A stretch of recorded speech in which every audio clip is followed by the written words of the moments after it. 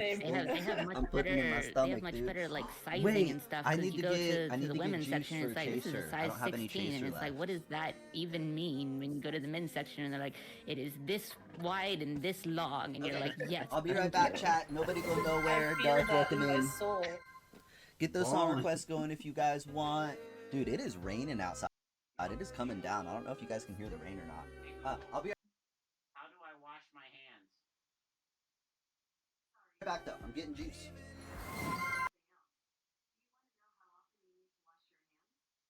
No, I don't. Never mind. Go to hell.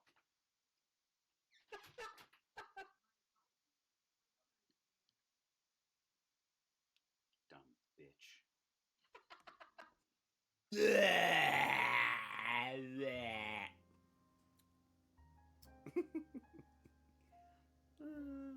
What the fuck is wrong with me? What is actually wrong with me? Nice. And if you do that too, you'd probably be able to make the share screen of this of us like larger, like embiggen it, because the flags wouldn't be kind of on the side needing to be. Does that make sense? I'm not articulating with particularly well. I think so. And then I thought I could get it in the basket, the waste basket. Are we picking each other up on the other's headset? Taryn's gonna be sitting. You're not. You're Taryn. You're Clover. I am. Clover's gonna be in this window to my right. Sounds good? Okay. I think that's all I got for you, Taryn. Yeah. We just want to test that. We're watching the Eagles absolutely massacre the Commanders, and I'm loving every second of it. Every single second of it. And the funny thing is, every time I've come out to someone, I've I've been met with just such acceptance and love. It's I I'm kind of taken aback by it because people are like, oh, okay, and it's funny like people don't care. And I don't mean they don't care if they don't care about you. They don't give a shit. Like, okay, you're trans, or okay, you're gay. When I got off of it, I basically I talked to you, Ryoku, because we were doing this interview, and I wanted to make sure that we were like, I read your message. I didn't talk to you, but I read your message. But everyone else, I just kind of ignored and just like tuned out and like hung out with someone that I really wanted to hang out with. And the next day, I like opened my phone and I looked at like my messenger, and it was like my best friend that I hadn't talked to in probably like 4 years. He was like, "So you didn't tell me you're like online kind of famous now?" I'm like, "What is going on? What are you?" How has speedrunning changed or helped you? Kind of the same things. Like I made a lot of friends through it. I, you know, got better at games, and like it gave me something to pour energy to. Like as cliche as it sounds. Think, right? No. But it's still an amazing human being. So we're gonna. I think you're pretty amazing. We're gonna jump right back into the questions, starting with Maddie this time, and then we'll go Maddie, Raven, Taryn, and Cade, and maybe Ryoko. I see you fine now. Ooh, there we go. I did my own version of the wasted game.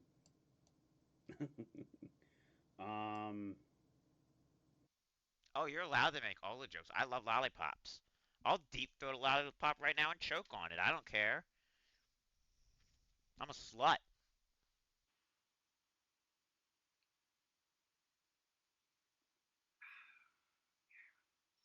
God, man. A boop. I still got another one. You know, want to have a stream team that's just a group of women. Why have a problem with that? Why call that exclusionary? And to speak a little to... Oh my God! Holy shit! I am so sorry. My phone just went off and scared the fuck out of me. And I just said that Makes sense. live on stream. You heard it here first. Ryoka will eat their mother's balls. God I'm such a child. damn it. I'm like over here giggling. I'm like, the joke is funny. It feels opposite. I feel like the comfier clothes are in the men's sections. That's where I buy all my jeans. Same. They have much better like sizing and stuff, because you go to the women's section and it's like, this is a size 16, and it's like, what does that even mean? When you go to the men's section and they're like, it is this wide and this long, and you're like, yes, thank you. I feel that in my soul. Balling. All right, we're getting the shared chat started, so all of us can be together in one place.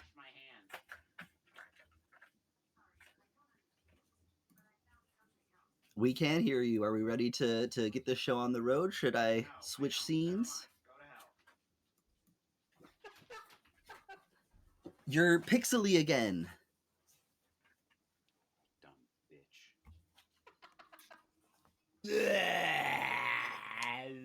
Go give your router a mean mug again. It worked last time. What the fuck is wrong with me?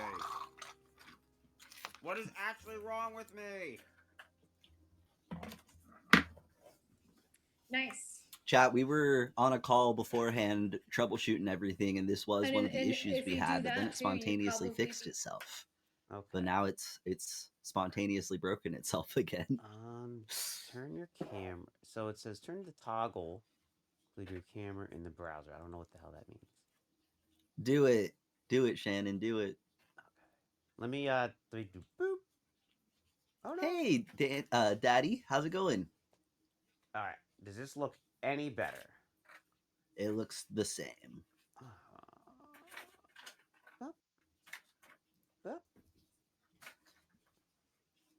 The overlay is super cute, isn't it? This is Abby's overlay. She was kind enough to send it to me so we could be more professional. Yeah, this I'm glad is you're doing good, Daddy. Oh yeah, I am pixelated. Look at that. Yes. Oh wow. I know. It's a problem. Oh. All right, let me maybe stop my virtual camera. That's you could bad. try. The thing that's crazy, Chad, is like I said, we were having this issue, and then it like spontaneously fixed itself, and now Yeah, I mean, I'm not my we've bit rates. reverted. I'm at. Oh, you're back! You're back! You're back! Oh, You look great. Your well, pixels thank are you. here. That's Your that pixels was were really tardy to the party, strange. but they've arrived.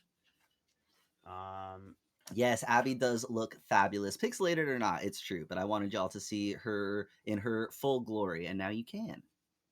And yeah, thank you. Hi, everybody. I'm Abby. My pronouns are she, they. I am a variety streamer.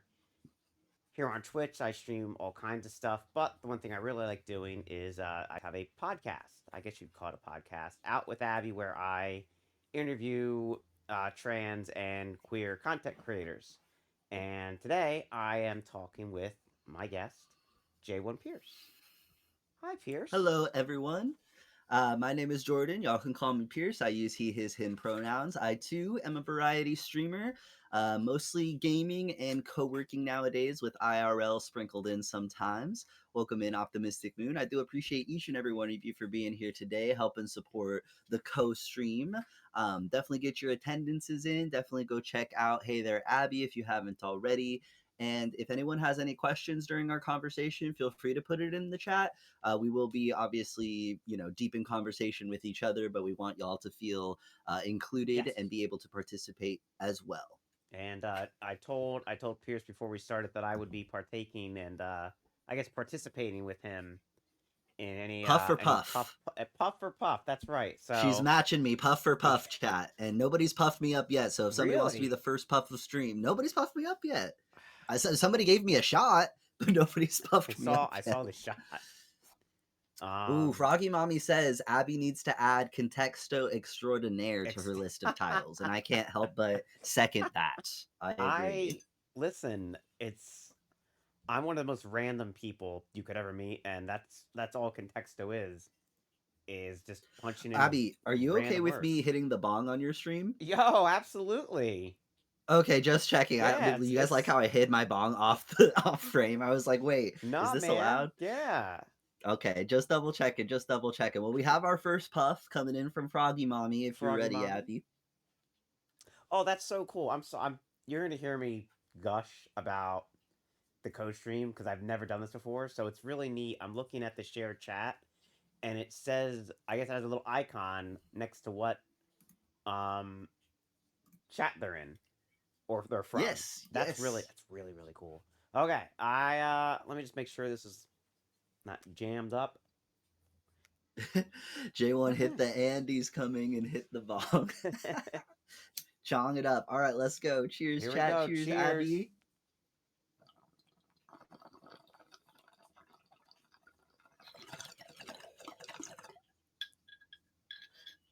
I'm gonna validate my parking. There we go. Beautiful, beautiful.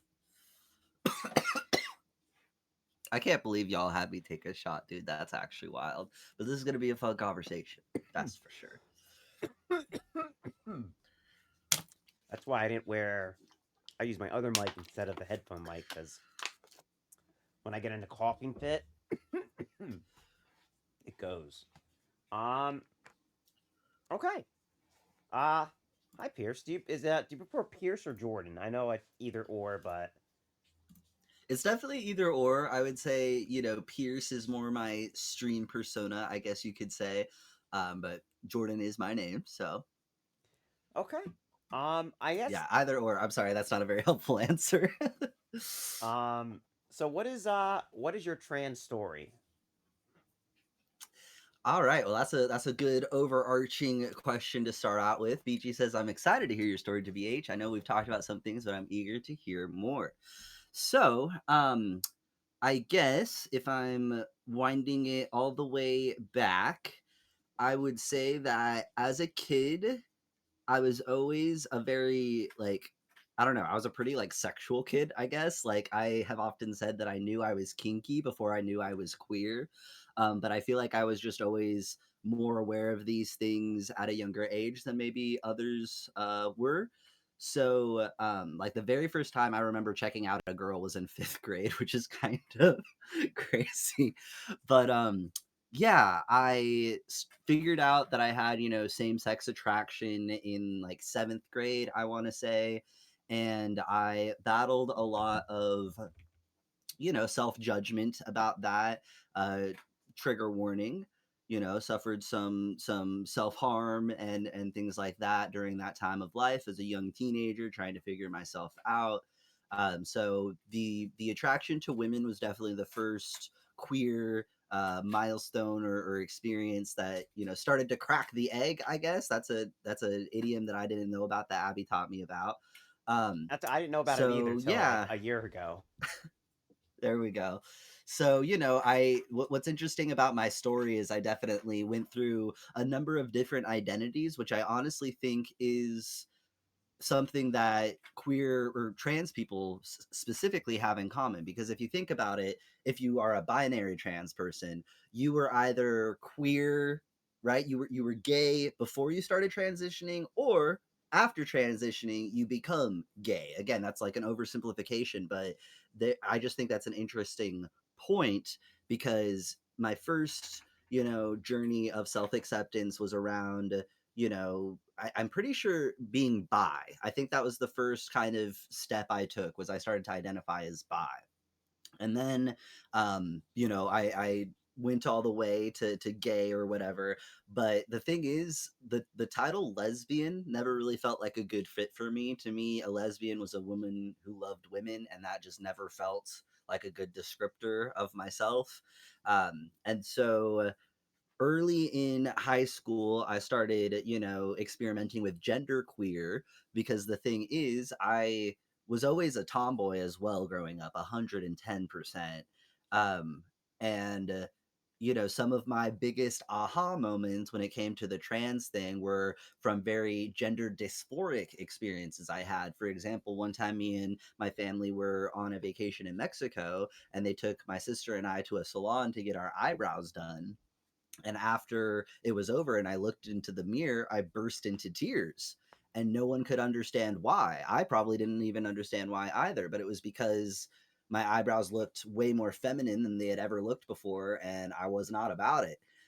So there are moments like that where looking back, it's like, oh, at the time, everybody had no idea why I was freaking out. But, in hindsight, it makes sense.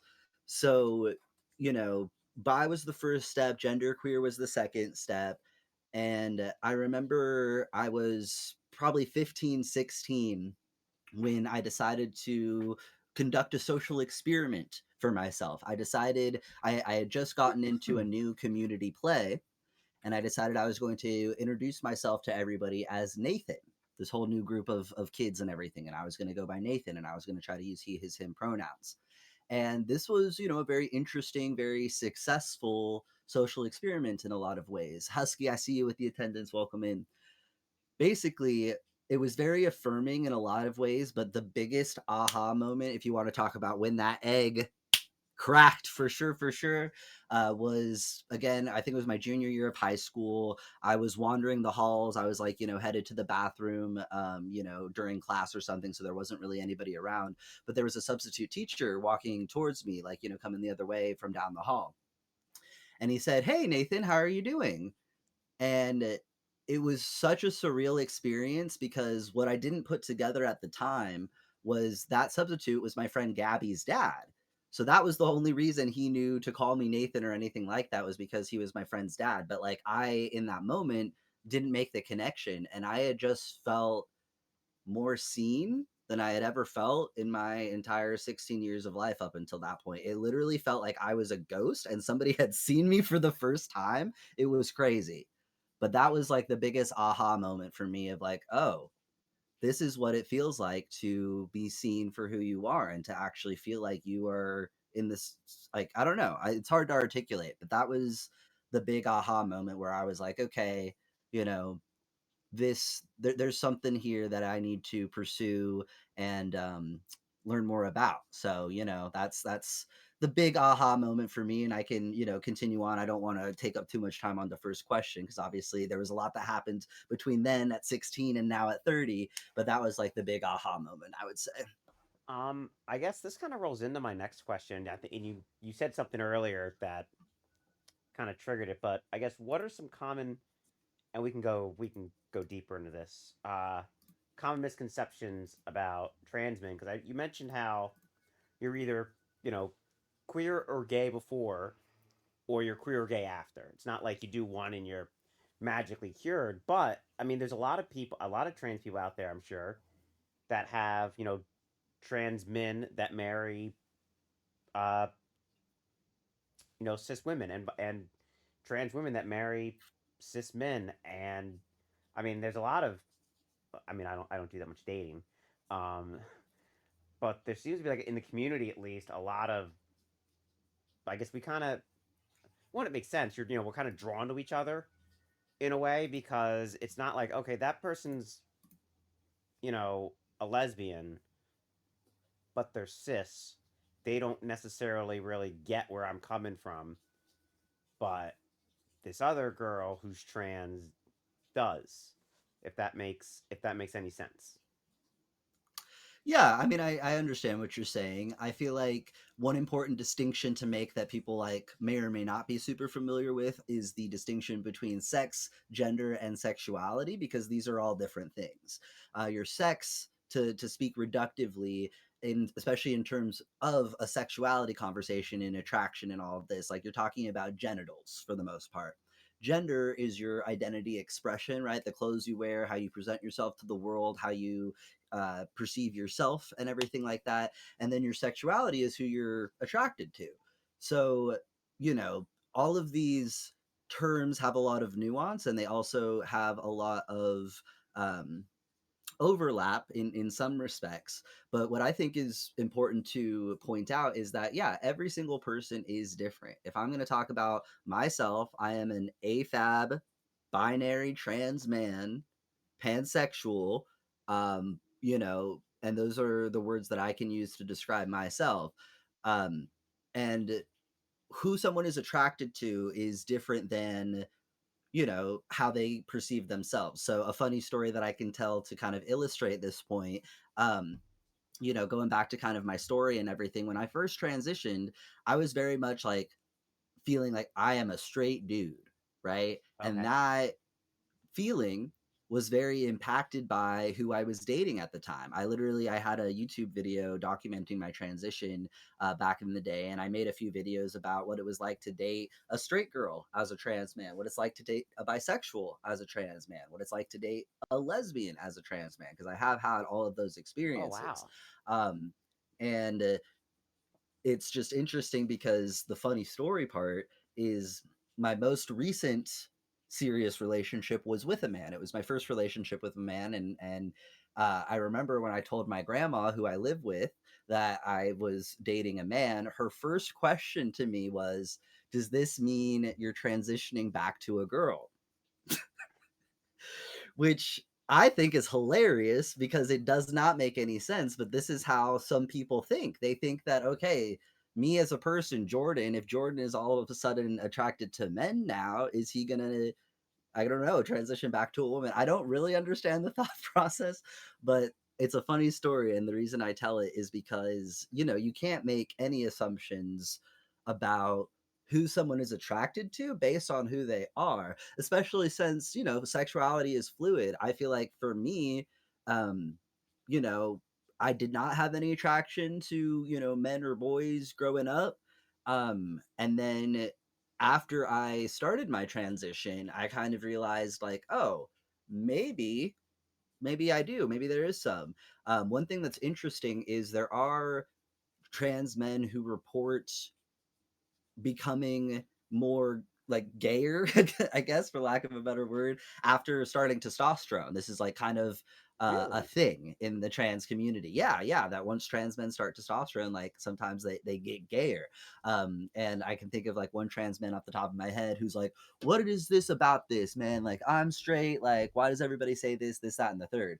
All I know is that I guess in my case, it's sort of true because I really did not have any interest in men.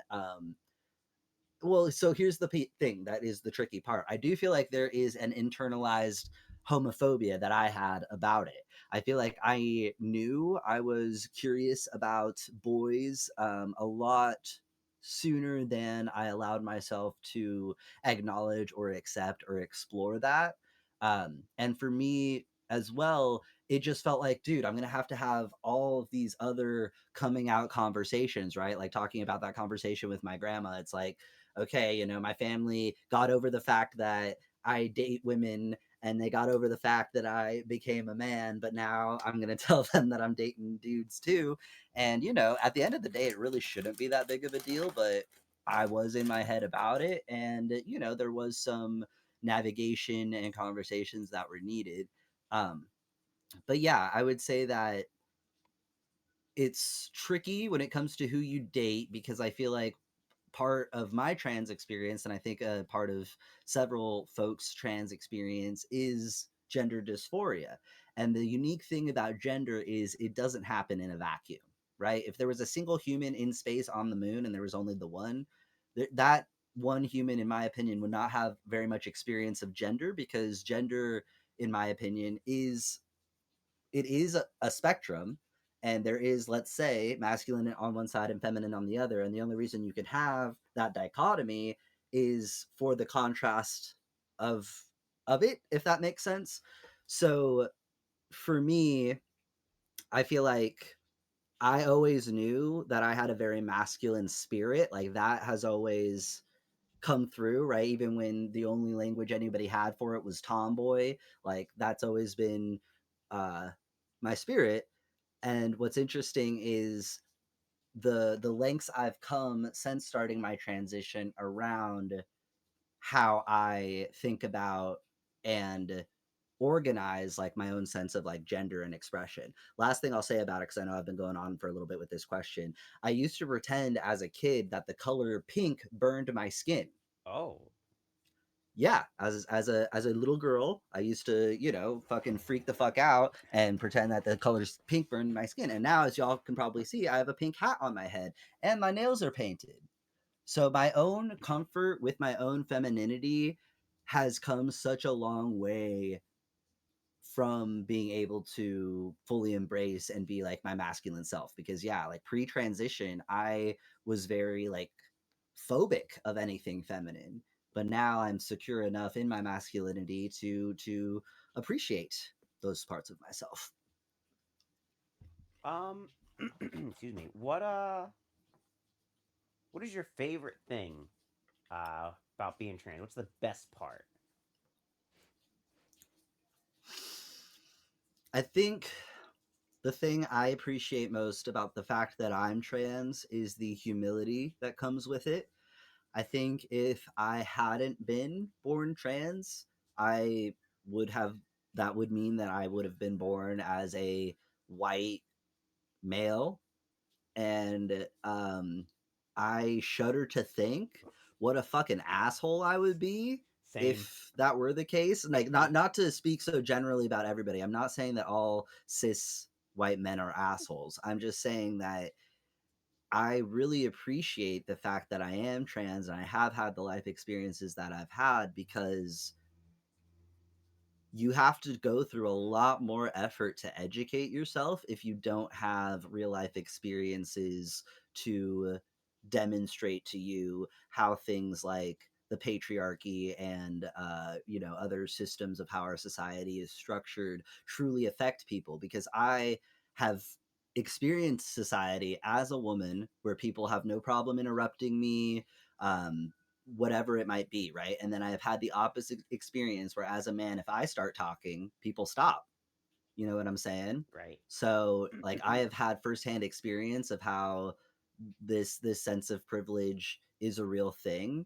And my closing thought about it is, I have often wondered about, if I was not a trans white man and I was instead a trans black woman, how different my experience would be. Because again, all of these identities are intersectional and they all influence the experiences that people have.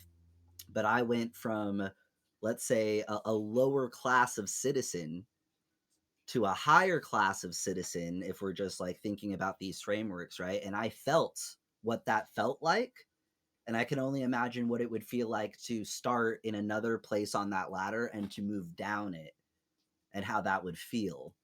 You know what I mean? Yeah. And it's funny you you mentioned you shudder to think being born cis, a cis white male. I've often thought at great length, and I don't know if he's in stream, but with Devin. Oh, yeah, there he is. Dev and I. Hi, Dev. What's up, Dev? Dev and I have spoke about like what if we were born cis, and I think when I joke I'd be I'd have like 4 kids from like 2 different dads. I love that. Because I probably I'd throw myself at the first guy that just pays me attention. That's just me. But like, would I be like parents? My parents, they're fine with me. They didn't raise 3 bigots. I can tell you that. But I shudder to think like how different I would be mentally if I wasn't trans. Well, that's the thing that's hard, because I do feel like some trans people do wish they were born cis and some don't. And I feel like my own feelings and thoughts about it have changed over time. For me, the fact that I am not cis is why I am trans. You know what I mean? Like, if I was okay being born the way I was born, then I wouldn't be trans. So like, I am upset that I don't have a penis. If I could snap my fingers right now and have a schlong, you bet I would. I get that. So yeah. that is, but when it comes to like who I would be if I was that person, y'all, I don't think there's anybody in chat that knew me in high school. And I feel like there's still parts of my personality that are like this. I just was very, very confident, to the point of like arrogance, right? Like, I feel like, thankfully, hopefully I've calmed down a bit now. I know I make jokes about being God's favorite, and sometimes it's not even a joke. But there you go. Like, that aspect of my personality, I feel like would be so much bigger elsewise, which I don't think anybody would want. And yeah, I just feel like even now, because I started transitioning when I was 17 and Oh, I'm almost wow. 30, and I even still try to check myself sometimes to make sure that I'm not getting complacent in some of my attitudes or viewpoints. Like, for example, anything when it comes to like feminism, of course, like I have my own ideas and my own like thoughts and beliefs and everything, but I know that like as a trans man, like I need to be listening more than anything else. Like, of course, I want to be an ally and advocate and be part of that movement, but like even if I have experience as a woman, that was a long fucking time ago, and I am not a woman. And so, you know, it's perspectives like that that I think are really valuable to be mindful of, because I feel like it's really easy to just slip into complacency. And again, I'm speaking for myself, but I feel like this is probably true of others. Like, you know, all of us have to make a intentional effort to educate ourselves on issues and or identities that we may not have direct experience with, and so, you know, for me, since my transition was so long ago and am able to live comfortably as a man, and I kind of get to choose whether or not I'm stealth or I'm passing or whatever. I mean, it's not up to me whether or not I pass, but like, you know, these things are again all like privileges I have, but that's why I do try to use that privilege to paint my nails or wear pink, because I would love the man box to get bigger for everyone. So yeah. Oh, one thing I want to say, sorry, before we continue, if anybody wants to go over and check out Hey There Abby's stream, her video is coming through clearly on her stream. So I Yeah, I obviously don't know so what. appreciate everybody here I don't. hanging out in my corner of the internet, but in Abby's stream, both her video and my video are crystal clear. So I just wanted to be honest about that, because I want you guys to obviously have the best viewing experience you can. I don't know why it keeps doing that. I keep getting weird alerts over here on what's it called? The thing, the chat. I have a feeling it's just maybe a little bit hard on either one or both of our computers or one or both of our internets. I'm not sure I whose side the issue is on, but that's kind of my theory. But I don't know. Yeah, I would. I mean, my computers. It's a bit. Let me just try boop and then boop. Um, yeah, my computer's a bit older, and it's constantly crying that there's not enough memory, even though I delete literally everything off of it but poker. Um, so that's disappointing. So I apologize if that's my end. I definitely do not want that. But Sarah says, do both of you get credit for viewership no matter whose stream we're watching? So it's like a shared viewership. I think unfortunately, theoretically, you could probably only get channel points in like one at a time. But it's shared viewership either way, which is why I just want you guys to have the best view. So yeah, like on my end, it shows shared viewers and then regular viewers. Also, if you guys could drop me a follow, I'm trying to get to Yeah, while you're I'm trying to there. get to 400. If I get to 400, I'm There gonna you plan go. a 12-hour stream before Christmas. If we can get there Let's before go. Christmas, I will do a 12-hour stream. Yeah. Actually, you know what? Since let's take can we take like a 5-minute break? Sure. Just kind of stretch my legs. I know you mentioned you wanted to get a banana. I don't know. I'm eating my goldfish in my juice box. I'm you got the chilling. goldfish. Okay, that's even better. Oh well, yes. Thank you for anyone that comes over. I don't have alerts. My alerts don't work. I need to completely overhaul a lot of stuff that I never changed over after I changed from Ryoko to Abby. So there's still a lot of like old stuff left that just for whatever reason doesn't come up because I took like a pretty long hiatus from Twitch. So no, I don't have alerts, but if you follow, thank you very much. I do appreciate all the love, and I guess we'll be back in just a few minutes. I really Sounds have to good. get up and stretch. Okay, be right back. Boop.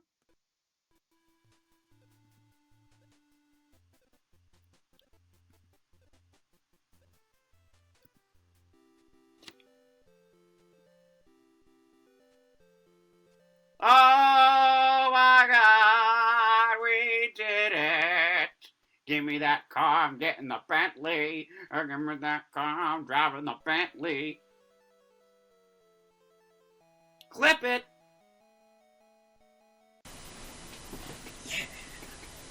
Woo! Number one! Number one! We did it! Continue.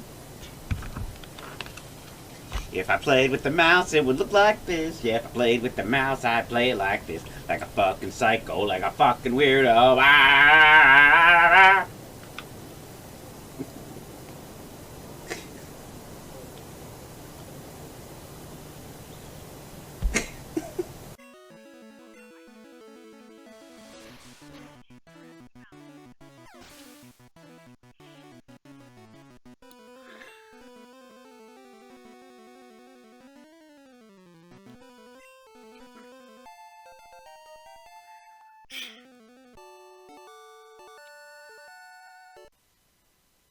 Alright, this is pretty cool, but hard.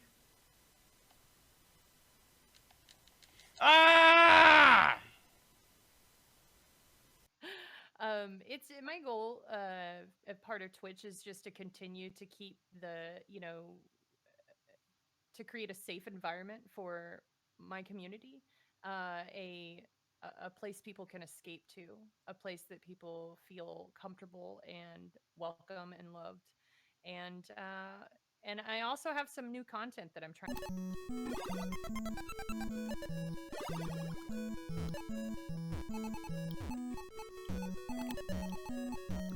That's it. We're done. That was great. Think, right? No. But it's still an amazing human being. That's So we're gonna. debatable. I think you're pretty amazing. We're gonna jump right back into the questions, starting with Maddie this time, and then we'll go Maddie, Raven, Taryn, and Cade, and maybe Ryoko. Ladies and gentlemen, the controller has been found. All make way, or Ryoko will drive you off the circuit. You're not wrong. Can we talk about how great Taryn is for a second?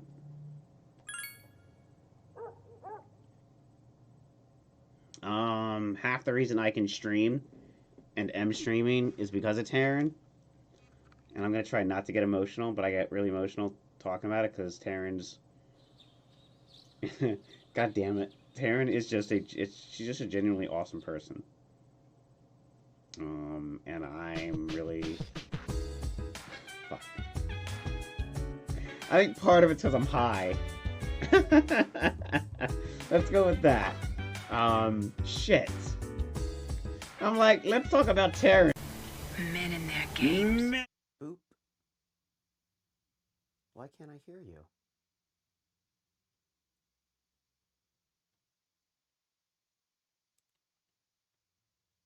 Can you hear me now?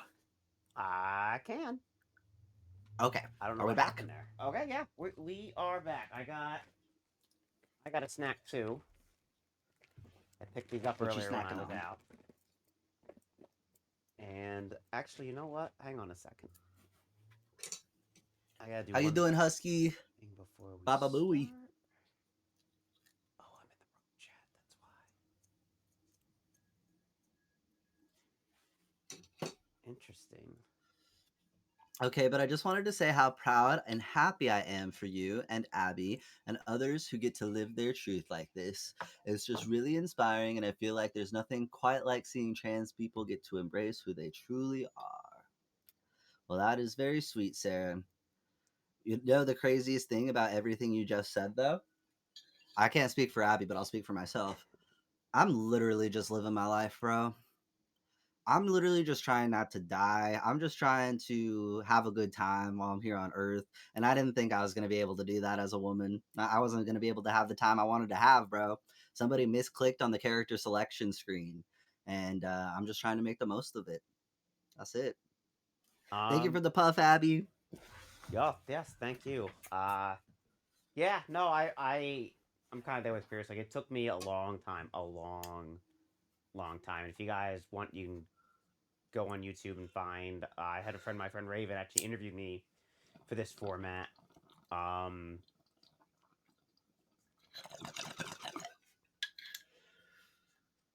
Earlier this year,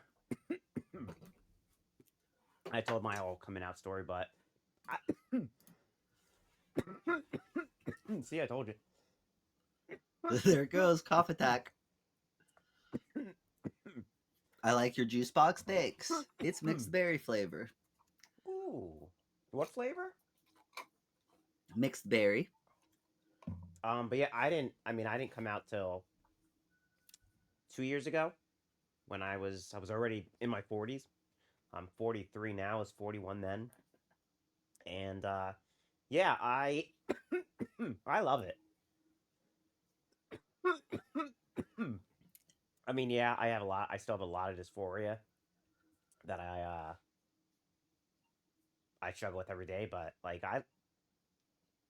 I'm closer to being where I want to be, mentally and all that. Like, but I'm happy. Like, I like I like who I'm becoming. Not that I didn't like the old me, but the old me wasn't really me. I mean, this is I'm like I'm a whole new person. And it's been a wild 2 years. I don't want to talk about me. We can talk about me if we want at the end. But yeah, it's Can I very read? freeing. Yeah. I mean, Froggy Mama just says, I regularly debate with my dad about trans rights. He doesn't agree with it for reasons that I don't agree with. But for me, the base of it is that every person that deserves to feel comfortable in their skin and love themselves. I mean, yeah, I think if you want to know my perspective, whether or not you believe in God, the universe, whatever, whoever made your dad was the same force that made me. So by that basis, I feel like he should not have any problem with it. And also, whatever I do with me in my life has nothing to do with what he does with his life. So these are the bases that I say. But just to anybody who has that perspective, it's like, we came from the same place, bro. You know what I mean? The same hands that made you are the same hands that made me. Same hands that made your body are the same hands that made my body. Same hands that made your mind are the same hands that made my mind. We have the same heart. We have the same human soul, wherever it comes from. And we're all just doing our best to, live this one life that we got. Yeah, I mean, And so that's what I have to say about it. A friend of mine was joking one day, and she was like, "You know what?" She goes, cut me a break. It's my first time living too. Like, I've never done this before." There you go. I love that. I love that. It's my first time here too. Yep, first time here. Yeah, I think, and listen, there's all kinds of things you can debate about trans rights and this, that, and the everything. The other thing, I think the two things that stick out to me the most, I think, are like I'm not budging on, are bathrooms and the military. I think if someone is willing to die for me, and die for you in the name of our country, um, like, let them. I don't care how they identify. They could. I mean, 100%. yeah. Doesn't like they're. It blows my mind. I mean, veterans, and this is a whole other topic. I mean, veterans get a bad beat to begin with.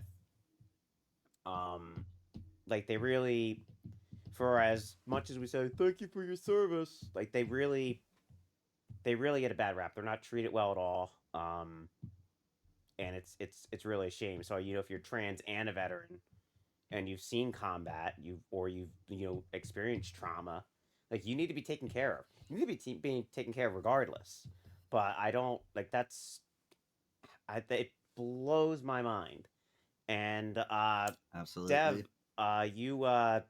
Dev is served in the military, and it's like, if he was still, what if he wanted to return to service? You gotta say no.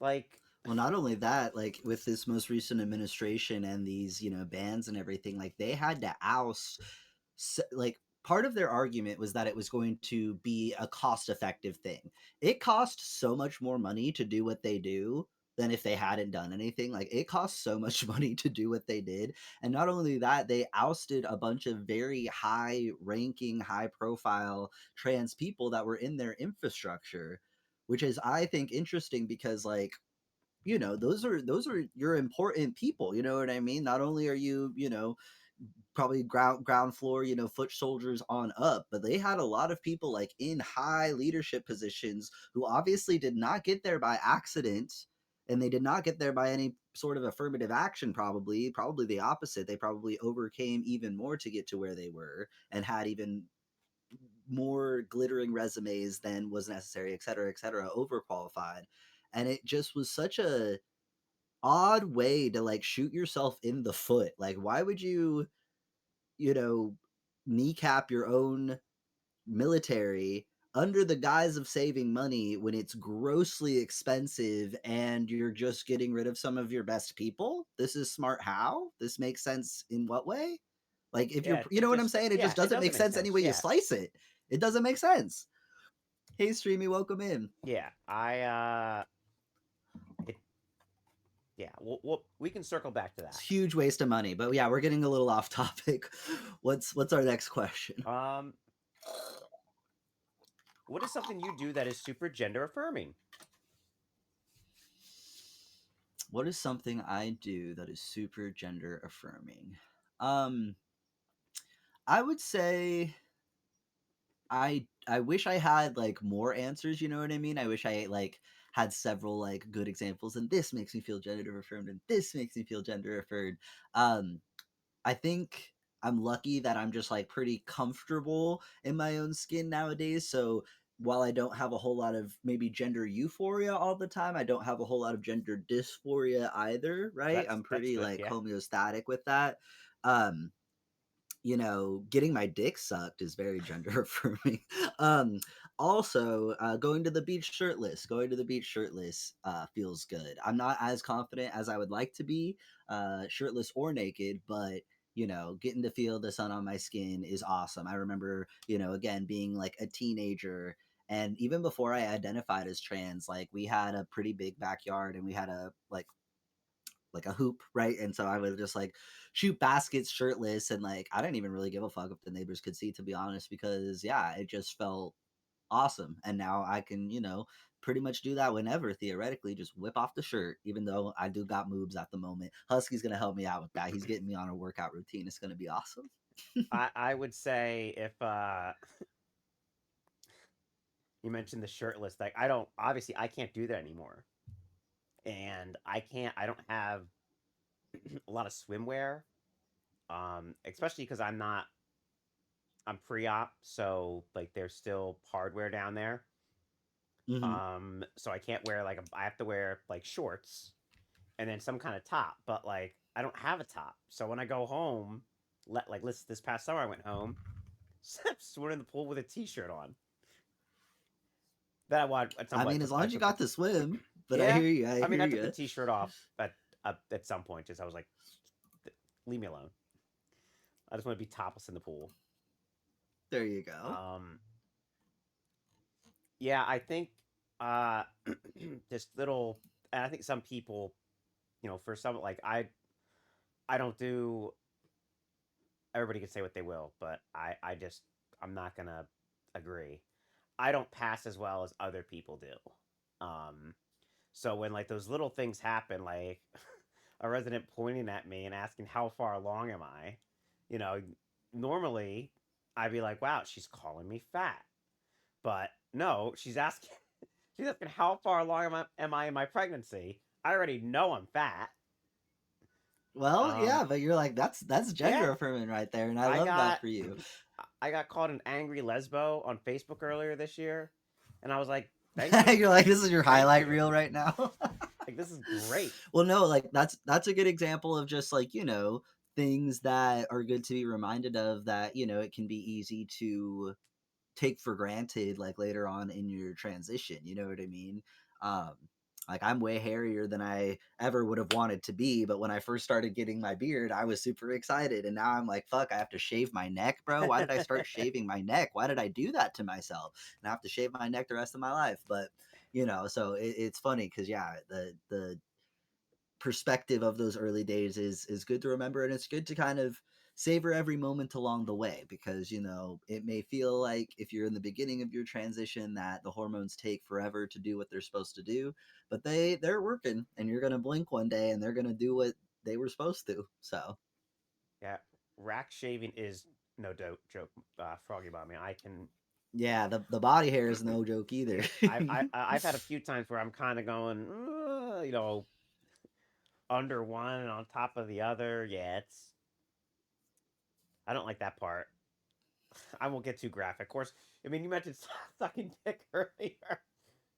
I mentioned getting my dick sucked. Let's the record be clear. I did not mention sucking dick earlier. I mentioned getting my dick sucked. Thank you very much. I apologize. I apologize. Thank you.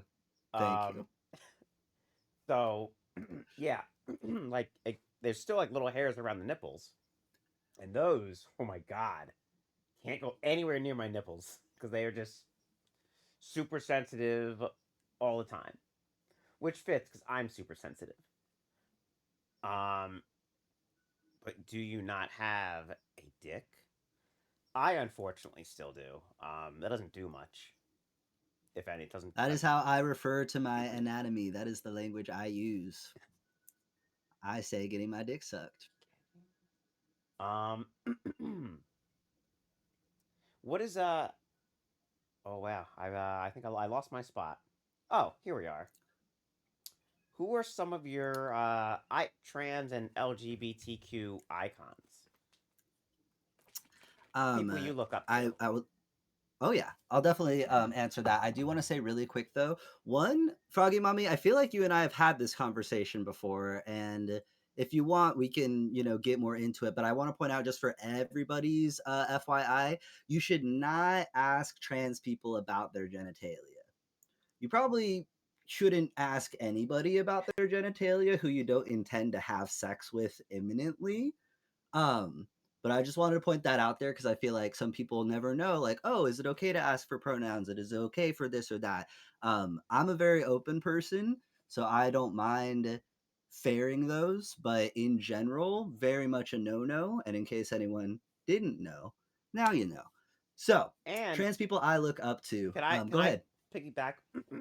Yeah. Just to kind of double down on that, shouldn't ask anybody about their genitalia unless you're going to be intimate. About to have sex with them imminently. Yeah. Okay, continue. Thanks. Elliot Page is one that comes to mind because I just feel like he handled coming out in the public eye and everything really well, considering the circumstances of everything. I remember when I first heard of him doing that, I low-key had like, I don't know if jealousy is the right word, but I was like, man, like how cool to be like one of the first mainstream Hollywood actors. You know what I mean? It's Or pretty like, awesome. mainstream trans Hollywood actors, trans man specifically too. I mean, there's a handful of really talented people who are finally getting to have some bigger roles and stuff, which is wonderful because representation matters. Big time. But just seeing him go through everything that he went through and just seeing his whole like transformation pretty much, I feel like has been super inspiring because like, man, to do that like in the public eye with just kudos, absolute kudos. Another person I can think of is Elliot Fletcher. He's another trans actor who he was on Shameless, he was on The Fosters. So he's been on like a few things here and there, but I just think he is the bee's knees, and he actually streams on Twitch too, funny enough, every so often. Oh wow. And third answer, I was trying to rack my brain to see if I could remember what the name of this person was, and I'm not going to remember it off the top of my head. But he was like one of the very first trans men who was ever documented, like historically and stuff. and I'm of course going to blank on his name. I did say Elliot Page to begin with, Dev. And if anybody knows the name of who I'm talking about, I think his first name might have been Alexander. But anyway, he was 100% a pioneer in, the early America. He is a doctor. Dr. Alexander something. I hope his first name's Alexander. I should Google it. Yeah. To the Google. But he might no. Is that who it was? Michael Dillon? Is that who I meant? Maybe it was. That was a race car driver. Okay, maybe his name is Michael Dillon. I thought his name was Alexander. But yeah, he was the first person to transition from female to male using hormones and surgery. So anyhow, those are my answers. Double check me on that, Dev. See if I found the right person.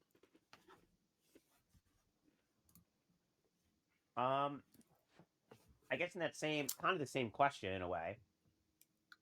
I'm real excited for this one. If you could have dinner with any trans person, living or dead, who would it be? Where would you go? What would you eat? And why? What about Chaz Bono, Cher's son? I don't know a whole lot about Chaz Bono and his story, to be honest.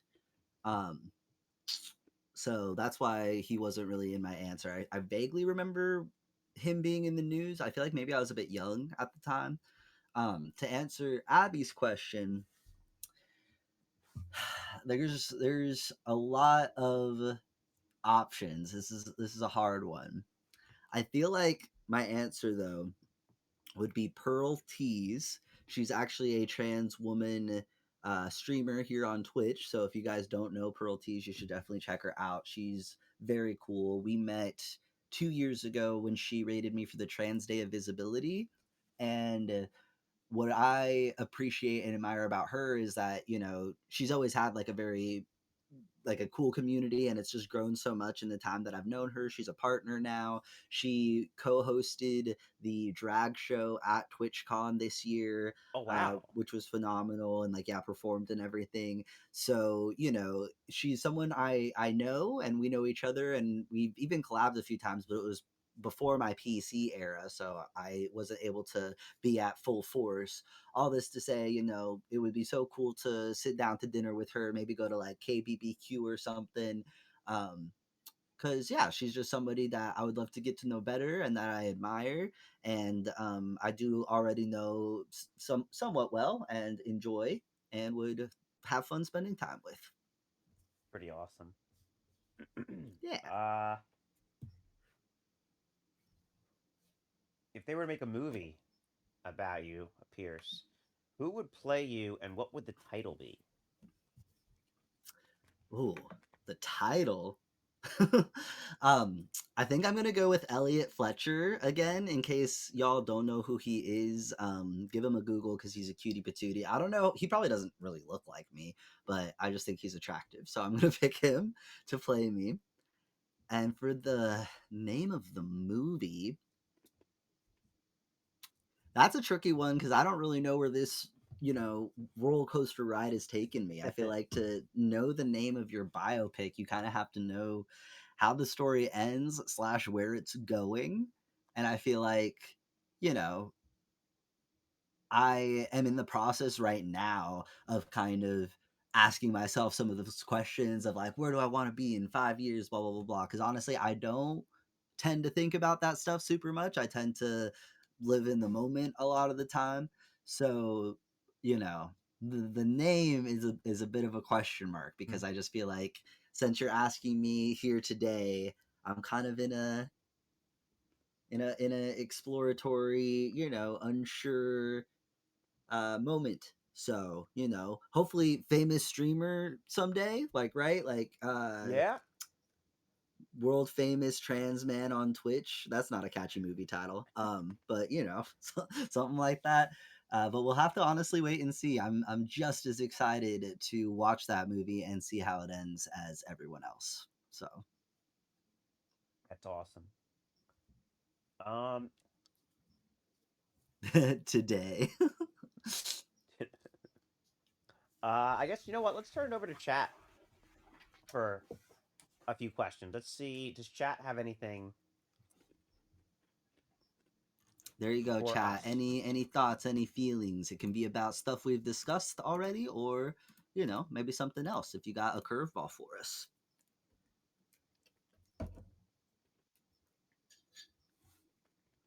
Also, if there are any puffers in chat, I wouldn't be mad about that. Abby is matching puff for puff, by the way. I am. What's your favorite snacks? Ooh. Abby, do you want to go first? I'm gonna puff Oh, myself. I'm gonna man. do a little self puff, self love. I will match that, and I will say I love popsicles. Those frozen fruit. Dev knows this. The frozen fruit outshine brand popsicles. Love them. Used to be for the longest time when I would smoke mozzarella sticks. Okay. Anything with I thought you were gonna say like cheese. at the same time, and I was like, I was along for the ride, but I mean, popsicles and mozzarella sticks at the same I'm. time. I mean, maybe I'm I not mean, off the ride. I'm sure. yeah. I'm not sure. It's you definitely want to tighten the belt a bit on that one. Yeah. I mean, I eat also. I mean, I'm snacking on these onion ring chips. They're really freaking good. Onion ring chips. Okay, yeah. I mean, And I'm a sucker for hot chip. Any spicy chips. So like ooh, hot Cheetos, Takis. I'm a spice fiend too. So like favorite munchie meal would be like spicy Thai food or ooh. Mexican with like extra hot sauce or whatever. I love that shit. Um, and ice cream too. Ice cream like always hits. Ice cream Moonshine is. says, "How do you want to make a mark on the community?" For me, I mean, this is Trans Awareness Week, right? And what's so funny is that Abby and I did not plan that when we decided for today to be the day that we came together and had this conversation. So that worked out wonderfully. Um, my whole thing has definitely been to live out and proud. When I first transitioned, I was stealth in college for a couple years. And that was, again, another social experiment I was kind of doing with for myself of just like, let me not share this fun fact about myself and just kind of see what life is like. I'll be honest, that was pretty stressful in a dorm room about half the size of the one I'm in right now Oh, with two other cis guys pre operation. It was a very stressful kind of situation I put myself in, but that's what I decided to do. And all I will say is I have since really enjoyed hopefully being the person that helps open people's minds up a little bit more. There's a story I'll tell about a coworker I had named Steve who worked with me at Pizza Hut. And he was a veteran. And, the whole experience of working at Pizza Hut was honestly very gender affirming because it was just a bunch of like young guys in their 20s. And I was just like one of the boys. So, like, that was a fun time in life. But yeah, this one guy, Steve, he had thoughts and feelings about trans people, and occasionally he would express them to me. And one day he was in the middle of doing so. It was something about, trans folks in the military at the time or whatever it was. Welcome in, Violet. And, he was looking me in the eye and telling me about how he feels like trans people, shouldn't be able to serve into the military. And I just look straight back at him and I say, I'm trans. And he's like, what? Because we've been working together for like maybe 2 or 3 years now, 5 days a week, elbow to elbow, you know what I mean? And I just looked him in the eye. I'm like, I'm trans. And, we had a bit of a conversation afterwards. It's not like we ever really got super deep into it.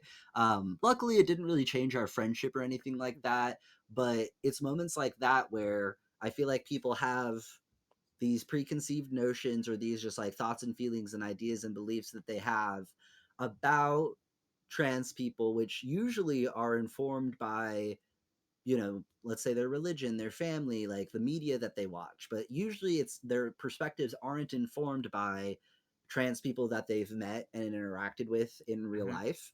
I often feel like sometimes our population is talked about like, unicorns from Mars or something, like we're this far away you know, weird, exotic, like, you know, boogeyman or something. But the reality is, like, I am your Pizza Hut delivery driver. I am, you know, your after school program teacher, like, whatever the fuck. So, that day, I hope that his mind was opened a little bit to, okay, he had whatever thoughts and feelings he had about trans people, but he also has been friends with one for a couple years without fucking realizing it. And hopefully that helped him kind of examine his own beliefs a little bit about, okay, where do these ideas I have come from, and how does knowing Jordan match up with everything I've been told about trans people. Thanks for the hydrate. Um, I would say, I guess for me, I'm doing it. This is how I want to make my mark. I want to talk to other trans people, hear their stories, discuss, debate, topics going on in the community. And you brought up a kind of a great point about kind of educating people about, it's nothing is going to be accomplished by yelling at each other. And Sarah McBride, who I got to meet earlier this year, I think I mentioned that every show. So that's if you're doing shots for that, there you go. Hi Raven, but she said something along the lines of, like, we have to be able to have that conversation with the other people. We have to listen to what they're saying. We can't be like, nope, like yeah, obviously what they're saying is mean and hurtful, but yelling back at them, like, we have to meet each other in the middle and discuss and educate. That's like, that's part of the problem, is they don't know us. If Oh, they would 100%. if we I could couldn't talk agree to with that them, more. They might actually like us. Because you're right, Well, I feel like that's you're the one delivering their Go ahead. pizza. I'm the Well, one right. taking their grandmother to bingo. You Mhm. know? Yeah, absolutely. We're normal people. We just want to pee and poop in peace. That's true. That's true. But yeah, I think being willing to engage in those conversations is so important. And, I think this is a wonderful, thoughtful conversation that you and I are having right now. And I think it's important to have these kinds of conversations with the people that they wouldn't normally reach, because, like, my buddy Steve that I was talking about, like, I don't, he might be a Twitch viewer or whatever, but, like, I don't think he would ever click on this stream to learn more about these things, right? Right. And so, for me, I definitely did do a good bit of, like, advocacy and stuff, like, in person, when I was, like, a college student and just kind of, like, out and about more in the local community. But I feel like, of course, like, out and proud activism is oh so important, but so is almost like that kind of, like, person to person activism, right? Of, like, okay, let me meet this person where they're at, and, like, yeah, try to have, like, a human conversation, because a lot of times, it might be one side of the aisle talking at the other side of the aisle, and, like you're saying, there's not a whole lot of listening going on, or, actual exchanging of ideas and stuff. But I do try to make my corner of the internet a very inclusive and welcoming place to everybody, because it's like, yeah, you don't have to be a pothead or have to be queer or any of those things to, like, hang out with us, you know what I mean? Right. And even when there are members in the community who have, like, differing views or whatever, I look at that as an opportunity to not even necessarily change that person's mind, but again, like, open their mind. I might be the very first trans person they have ever met or interacted with or whatever the heck, right? And it's not like, I'm that special, but I'm just myself. And again, I hope that that invites all sorts of people to come through and hang out, and then hopefully me just being as open as I am about these things, because I, am pretty outspoken. Again, like, that's the other thing I do want people to understand. We're two trans people who agreed to have this conversation, discuss questions ahead of time. Like, these can be sensitive subjects, but I feel like being able to create a place where people are welcome regardless of their currently held beliefs, keeping in mind that, hopefully by even wanting to be in the community, they are going to hopefully learn a thing or two and have some positivity rub off. Yeah, it's funny. I think that's not funny. It's interesting. Admiral Dick Winters, who was served in World War II, the show Band of Brothers was sort of about his unit, and someone on the show, I don't know if it was him or whomever, but they were saying, I guess, fighting the Germans, they were just those kids were kids, just as scared as we were over there. And he said something along the lines of, I might actually have a lot in common with that guy. We could have been, best friends. And it's the same, same here. Like, again, if we just get to know each other, I think we're gonna find that we have more in common than we have different. And also, I just want to say hi to Slice Raven. Hi, Raven. Welcome in. If anyone's not following Slice Raven, they should. She's amazing. She's a really, really good friend. There was a couple of questions from Dev too. Oh, Favorite yeah. ice cream flavor? For me, pistachio. And then there was another one. Do you think it's easier to be more confident not living stealth after you've had surgery? Oh, 100%. 100%. I think surgery was a big confidence builder. Again, like I'm not 100% happy with my results. But I could be doing more with like exercise and stuff to get closer to where I want to be. But it's just so much more comfortable. Like wearing a binder every day is not fun. It's not comfy. And so yeah, there's a lot of ease that comes from not having to be so conscientious about how clothes fit me and like how my body is and like because I used to definitely do like the hunched over shoulders thing and like sometimes I have to like remind myself not to do that and things like that. But a lot of confidence came from surgery. Absolutely. Yeah, I have not had surgery on down there. I will say it is very one thing I like to do when I get home at the end of the day is I joke with people that as soon as I walk in the door, I put my stuff down and I just explode out of my clothes. There you But it's go. really not that I'm really not that's not that far off. The first thing I do is shirt off, bra off, and it's just such a freeing experience. And it's I don't know, like I have a bra on now. Actually, I don't I don't think I ever wear a bra when I do one of these. But so I was like, you know what? I want to look really, really good for this. So And you I was like, do. oh, thank you. I go, I'm gonna put a bra on, and I'll be uncomfortable for like 3 hours. It's totally fine. Um, as far as ice cream flavor, chocolate marshmallow or black raspberry. Those are my favorite. I'm gonna try something, Abby, really quick to Yeah. see if I can get a better. While you do that, I'm gonna get up. I gotta get a drink. Does anybody need anything while I'm up? I am a-okay. I think this is gonna have a little bit of a delay, but at least it looks better. I gotta get off and go visit a couple of friends, but thanks so much for being vulnerable with us today. Love both of you. Much love, Bria. Thanks for being here. Enjoy your coffee with friends, or I don't know if you're getting coffee. I made that part up, but I hope that you enjoy hanging out with your friends. I actually think I'm going to use the restroom too, chat. So this is a good time to do a quick BRB. Nobody go nowhere though, because we will be right back.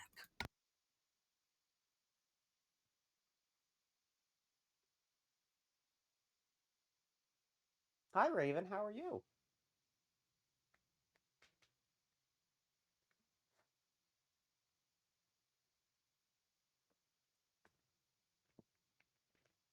I don't know if Deb's side can hear me or not. Raven, we're doing this co-stream thing. I don't know if you've done this before, but it's really, really cool. It makes this format so much easier. Even if Pierce wasn't streaming it, he can still do this, and it's beautiful. Doing pretty good. It's a beautiful day here. It was it was a cold and dreary day. Um, like probably like a half hour before we started, I ran out to my car to get my comb. I mean my brush, and I could feel it. Like it felt like it was gonna snow. We had snow a few days ago, like beginning of the week, and then 3 days later it poured and it was all gone. 72. God bless you. Oh, lucky you. I love that for you.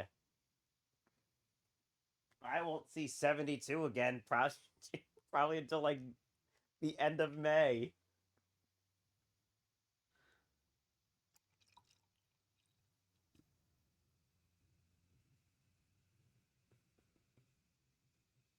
Okay, I'm back.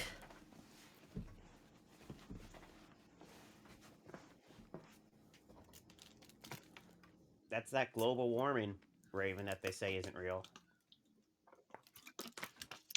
Well, I mean, I don't know. I screenshotted your stream, and I think it's a little bit delayed, but at least you're not pixelated. Okay, that's good. I don't know what. It's so weird that No, it's it not your fixed fault. itself. It's just like It is real. I don't know. I don't know if there's enough evidence yet, Raven. I keep doing that. I can't do it in this one. Do you want to take a hit? Sure. I'm not gonna say no to that.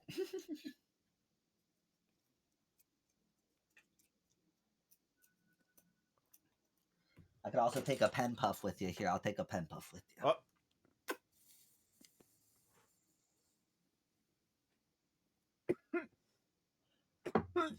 Nice. Oh, that was lightning. That's what happens. Well, it's the love and the lightning. Listen, listen.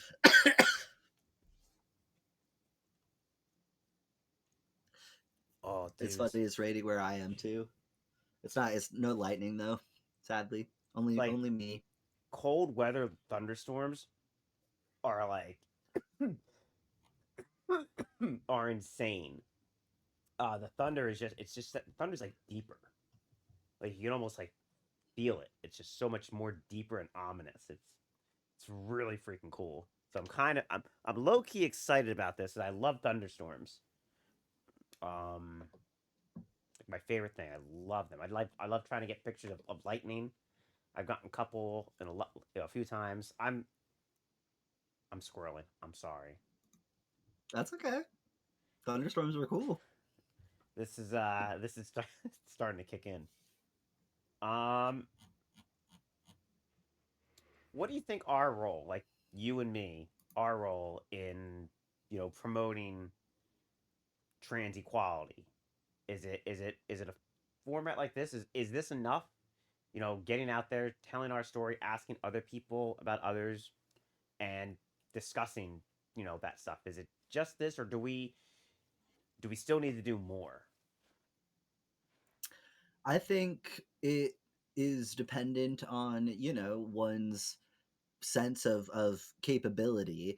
The thing is, I don't really feel like it is an obligation for anyone to really go above and beyond being able to survive as a trans person. Like if you have the spoons and the resources to be able to be an advocate as well, wonderful. But I feel like if just existing is what you're able to do, then that is enough. So when you ask, is this enough? Absolutely. I think just being alive is like resistance, to be honest with you, is activism as a trans person. Just fucking existing, dude, is enough if that's all you can do.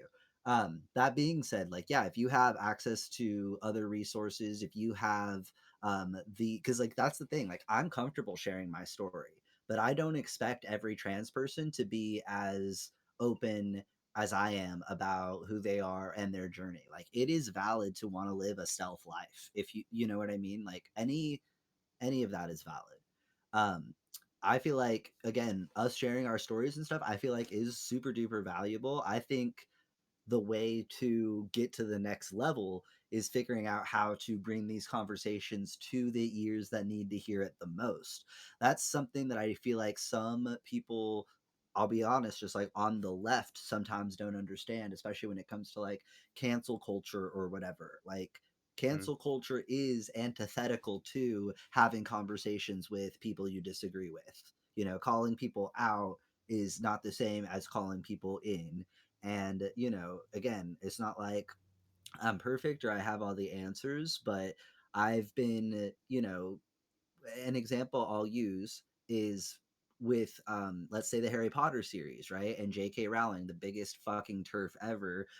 Gosh, talk about resources, right? And throwing them around. She created the Harry Potter series and obviously has all these problematic views, and not only has all these problematic views, is actively using her wealth and her influence to target this very small minority of people and cause real harm through legislation, etc. There are people I know who would cancel me as a trans person because I do like Harry Potter, because that is somehow the more activist thing to do. Oh And to man. me, that does not make sense. You would rather Oh. not be friends with a real trans person that you know to Yeah. plant a flag in the sand. Oh. Like, does that make sense? It's just like, No, okay, it there's doesn't. ideological activism, and then there's like real life, and it's just like the second you start, you know, like I don't know, it just does not make sense to me to cancel a trans person. Like, you know what I mean? Anyway, it's like No, mental I gymnastics, have but very very strong views on that. Real quick, um, Shay and Raven, we'll answer yours in just a moment. I think the infighting in the trans community is disgusting. I think it's unwarranted and it's certainly it's not unneeded. productive, It's not not productive, and it's helpful. disingenuous. Like we're going after people that helped build this community that to what it is today. Like there's certain things we would not have Hey, Bucket. if Sarah McBride wasn't advocating for us 15 years ago. You wouldn't Right, have and all like this, and you want to go after her people because have criticisms of her, right? Exactly, and it's like it none of it, like all of it has its place, but like it's just like what is the conversation we're having here? Because like yeah, like dividing ourselves into smaller and smaller pieces is not going to help anything. And like I like the word you said, infighting. I feel like that's a great way to say it. How you doing, Bucket? I know it's tournament day. How are you? yeah, I wanted to get that out because I have very very strong feelings about that, and like Harry, like Harry, like again in Harry Potter, that's the line in the sand for you, a fucking book. Well, and it's just like, you know, there's no harm in like having a conversation about it. And it's not like, you know, like I just feel like there's like nuance to these things, but to, you know, it's just that particular thought process I find to be personally baffling. Yeah, Yeah. it's um yeah, I've gotten into like a few arguments online because there's a lot of things I'm a very defensive person to begin with, but if you go after someone or something that I like absolutely adore and respect, like I'm not gonna back off. I'm gonna be that little dog that just at your Well, ankle. Dev says, not that it matters, but I think there's a difference in liking something versus supporting it. Like HP will always have a place in my heart, but I can't personally do anything to support her or something that would benefit her. And I understand that and Yeah, respect that. Obviously, I think one thing I would, you know, say to that too is like there's almost no ethical consumption under capitalism.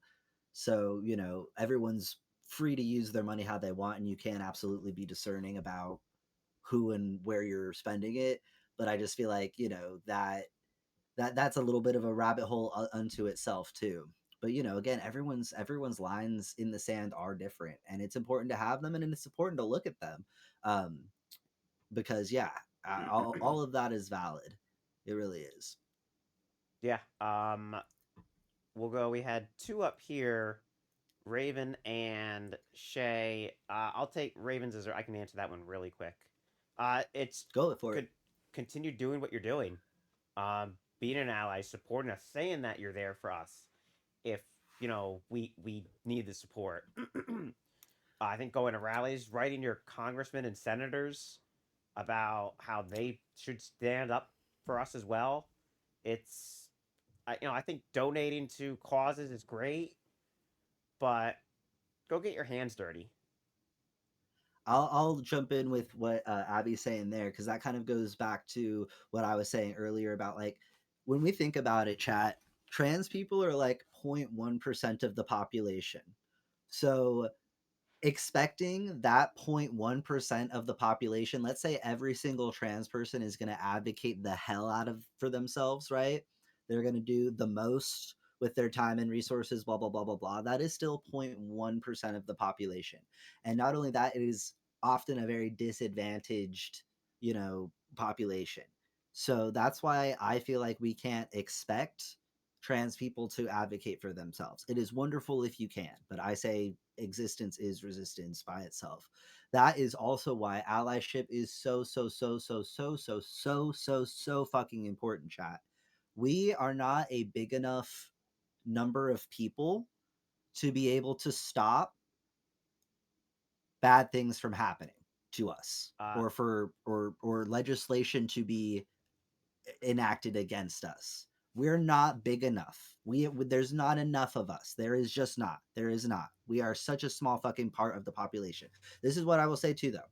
There's we have historically. Go ahead, no. Abby. I just wanted to butt in real quick. There's more people Yeah. in New York City than there are trans people. Think about that.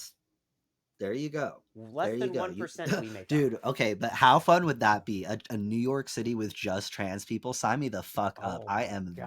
God. That sounds so much fun. When do we Okay, leave? but anyway. Historically, we are a very politically active population. Like trans people of color are the main reason that LGBT people have had rights at all. They have been at the forefront of many of the most historic queer movements, riots, etc.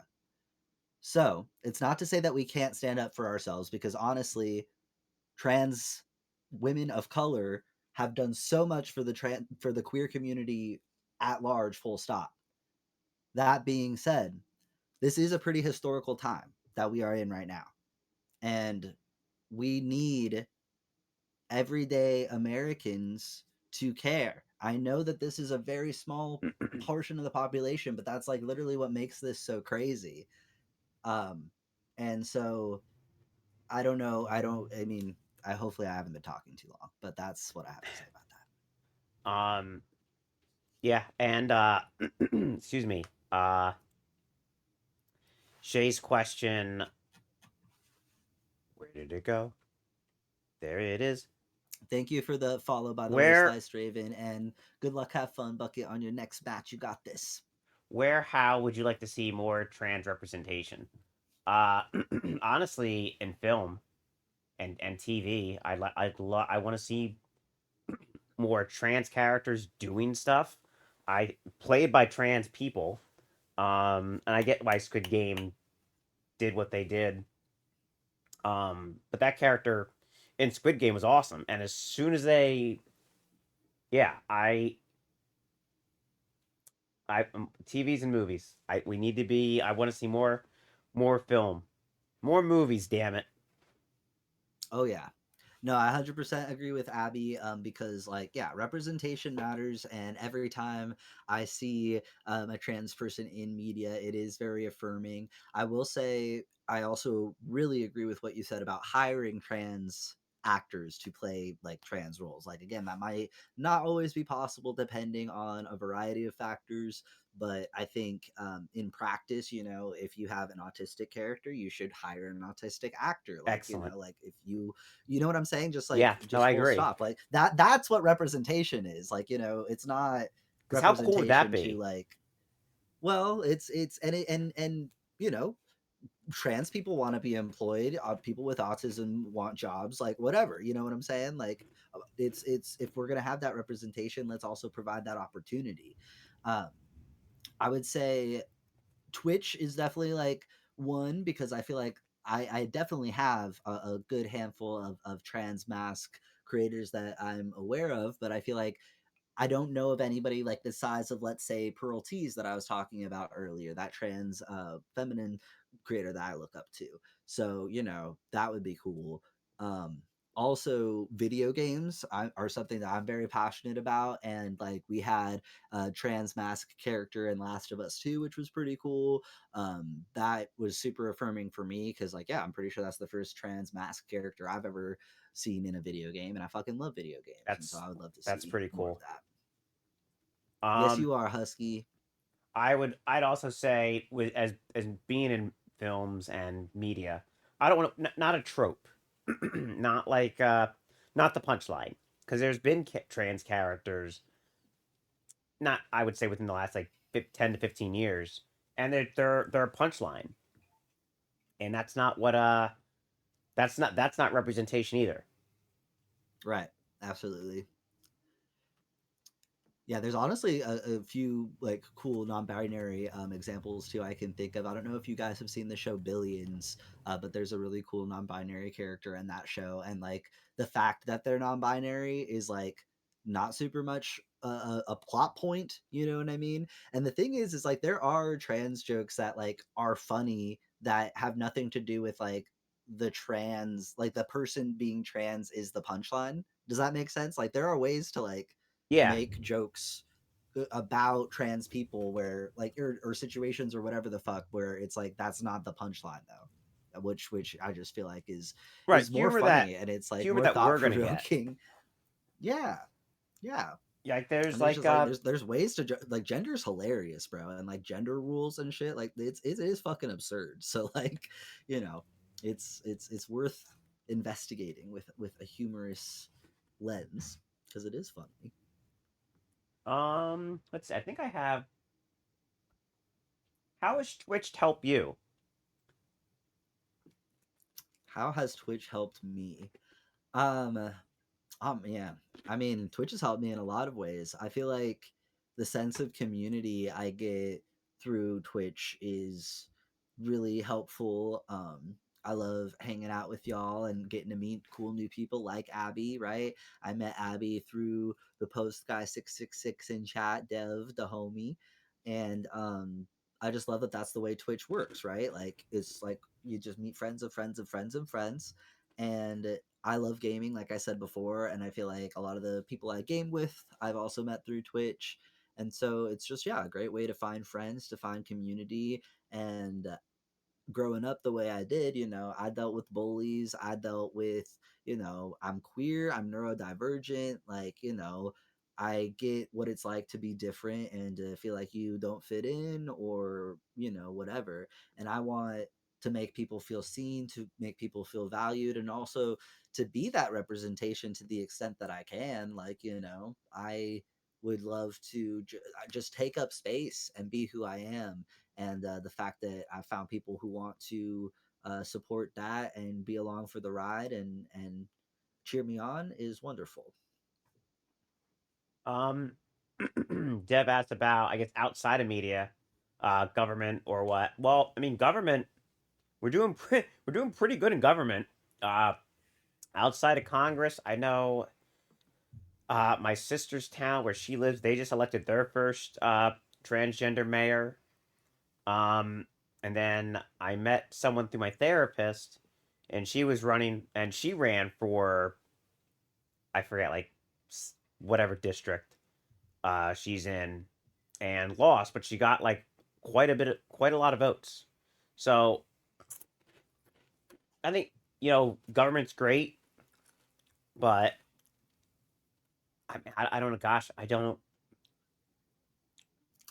So I feel like one reason media is the first thing that comes to mind is if you think about it, that's what is going to reach the most people, right? Like even if we're talking about media like social media, like if I did a clip of this and posted it on TikTok, like we don't know how many fucking views that's going to get, right? So like it's just a very exponential way to introduce like ideas, right? Is like through media.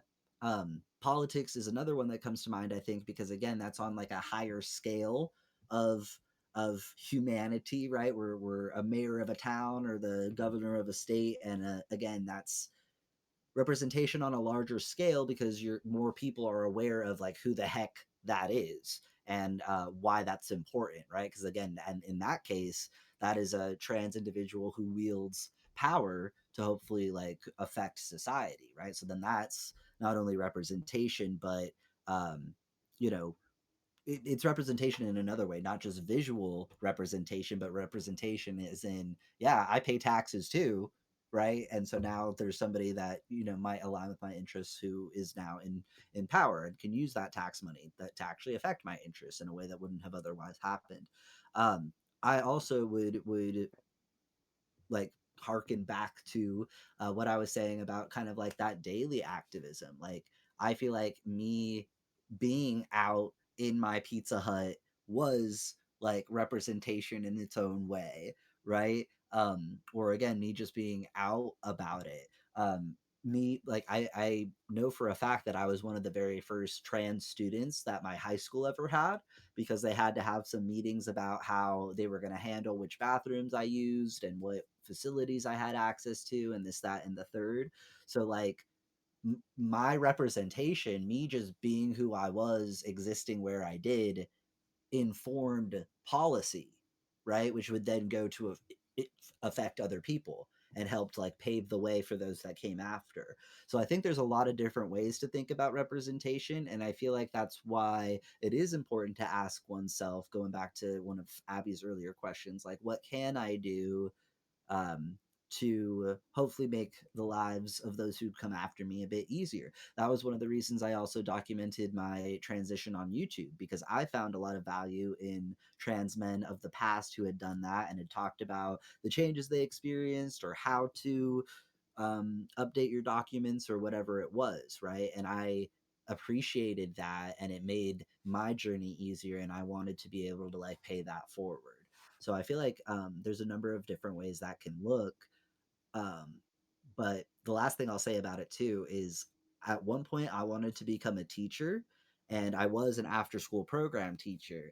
And what was tricky about that is I would have loved to have been more out and like, let's say, wear this t-shirt to work. I never did, but like, for example, right, that would be cool to be 100% myself, and to be able to share that with the kids.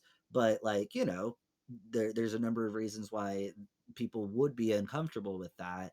And so for me, when I was in that position, I was like, I still painted my nails. And sometimes the kids would be like, Mr. J, why do you paint your nails? And I would say, because I think it looks cool. What do you think? And they might say, like, oh, well, I thought boys weren't supposed to paint their nails. I'm like, oh, well, what do we think now that we see Mr. J with painted nails? Is that true?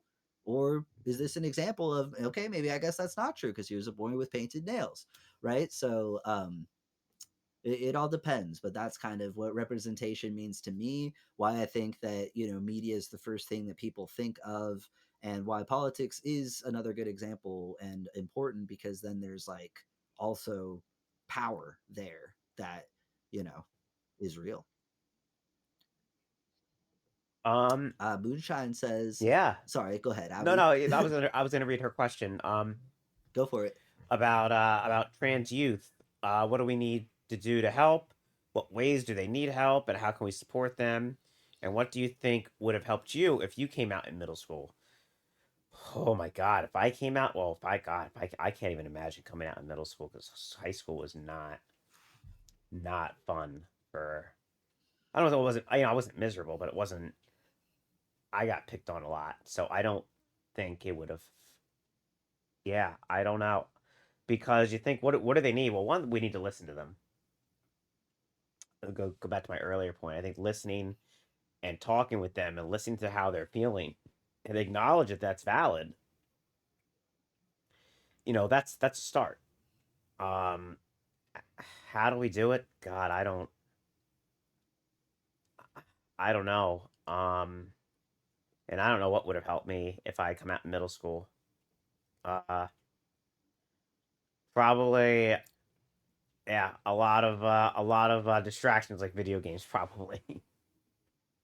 I mean, Go I ahead. can speak to it a little bit more, just because I knew in middle school that I was, queer. And it was, like I said, I struggled with some self harm and stuff. So it was a hard time for that reason. By the time I got to high school, I was one of the founding members of the Gay Straight Alliance, is what it was called. And it was basically a club for queer students, but also for their allies, right?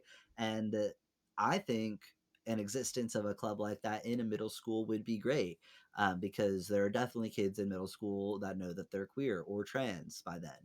And I feel like just having a place to go to be able to meet others that are in a similar boat, is really invaluable. And even just to, yeah, have that place to go.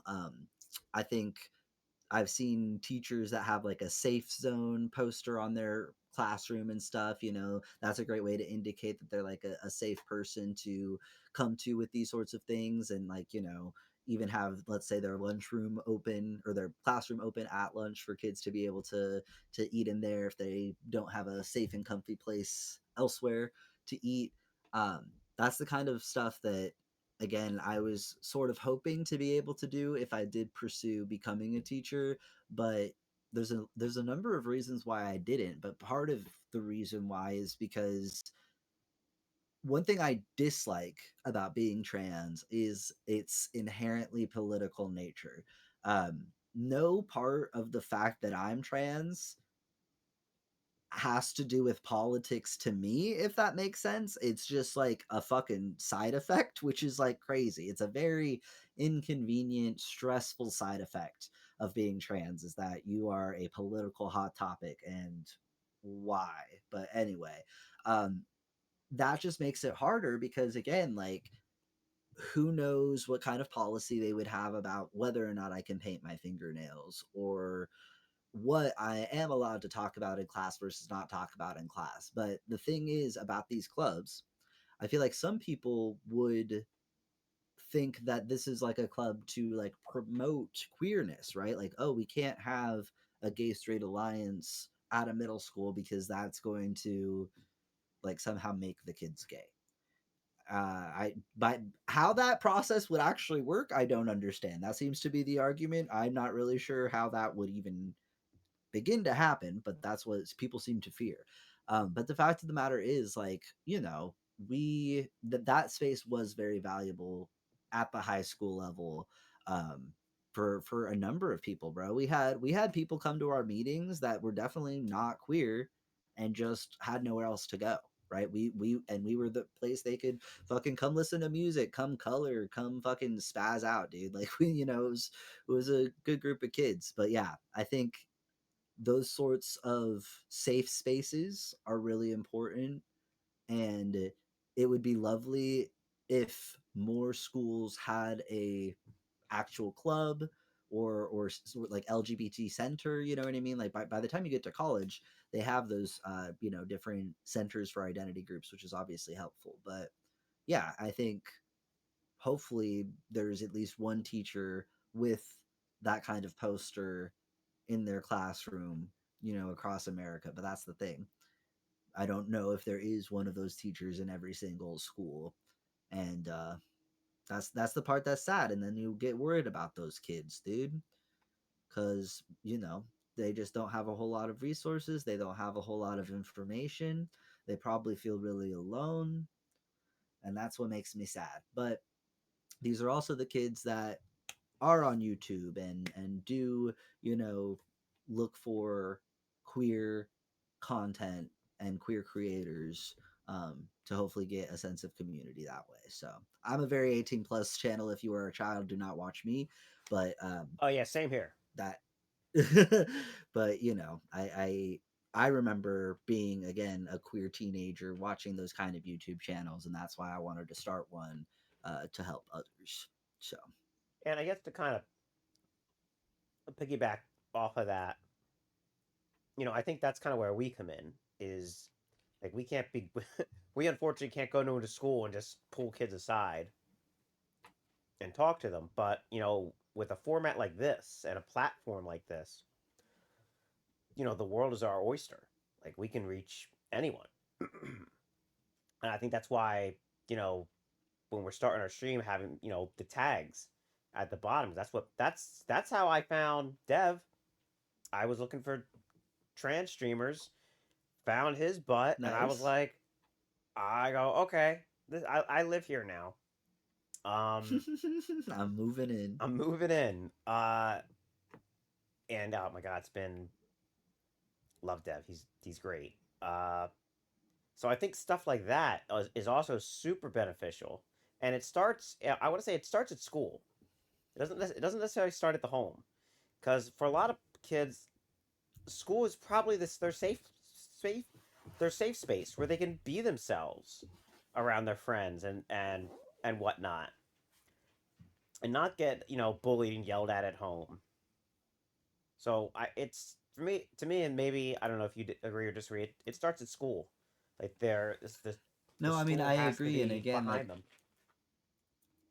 it's just tricky though, because like you have the administration to deal with, not only the presidential administration but the school administration, and then parents of course are always going to have their 2 cents. But that's why, again, like I've never been an actual teacher, but as an after school program teacher, I just tried to lead by example. And if I heard the kids say something, like that's so gay or something, be like, oh wait, like let's have a conversation about what that actually means, and why we think it's okay to say, and why actually maybe it's not okay to say, right? So that is a helpful thing to be able to intercede and interject and insert yourself into. But like I said, I feel like it takes that teacher then, you know what I mean? Yep. And some teachers are not going to feel the need to do that, but hopefully they do. I remember one time there's a day of silence. I'll need to look it up when it is, but you're supposed to stay quiet the entire day to like symbolize the lives lost, right, of queer people that either died to violence or suicide or whatever it may be.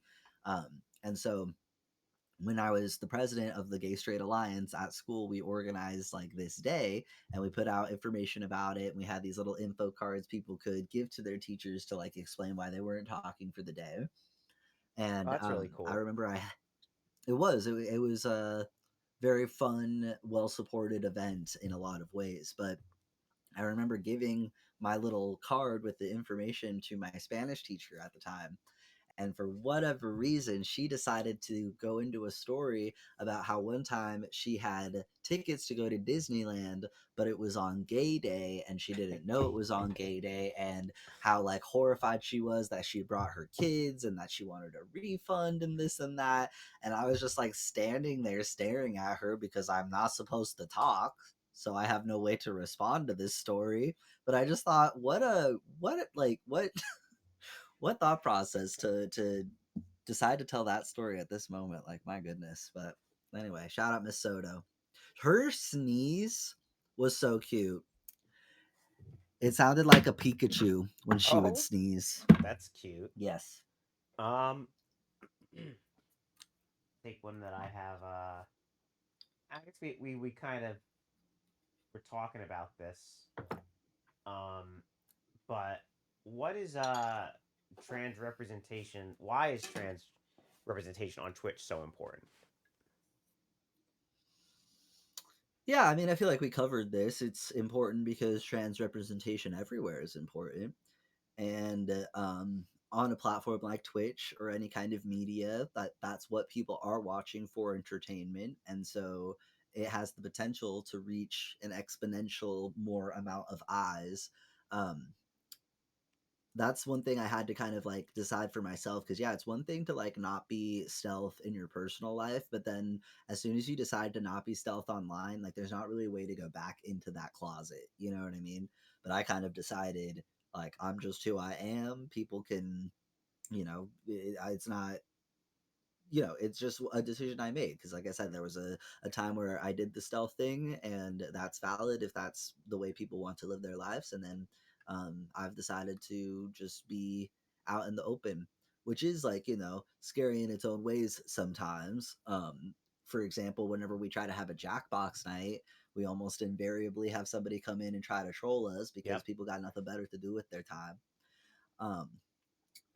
So, I think creating a safe space, just being who I am, hopefully welcoming in all sorts of people to have their eyes, minds, and hearts opened.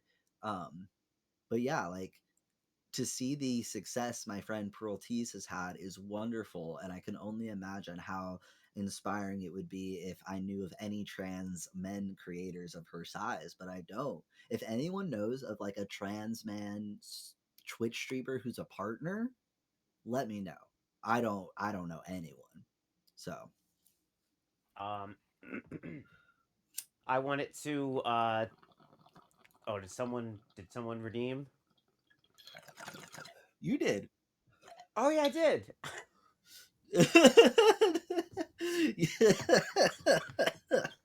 Wasn't that like an hour ago? It was 2 minutes ago. Oh my god. That's hilarious. To Raven's point.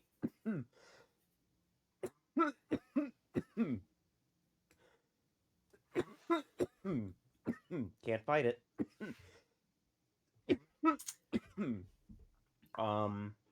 To Raven's point, I think my parents they've come a long way in a short amount of time. They really, really have. We've had maybe 2 or 3 missteps, with some yelling and hurt feelings, and some apologizing. But they're they're very supportive. I know my mom. My mom says she worries about me, and I'm like, well, yeah, you should. You should.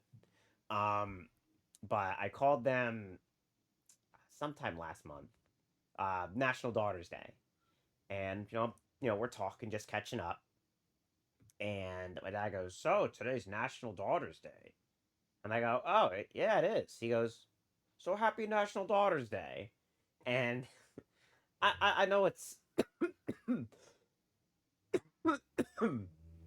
some people will be like, "Well, yeah, of course he said that. You're his daughter," but it's still so.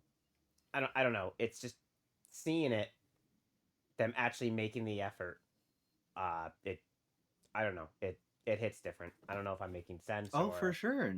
or not, but yeah, it's I get kind of emotional sometimes with it. And that's fine. I like getting emotional.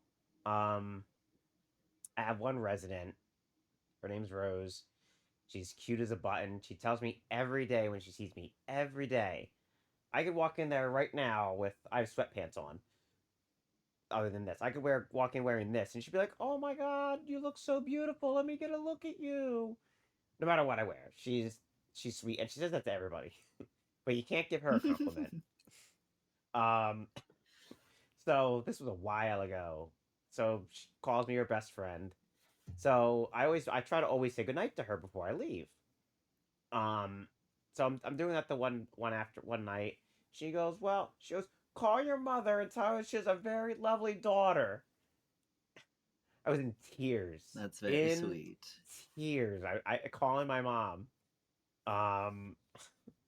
So, and again, that goes back to, in a way, kind of representation again.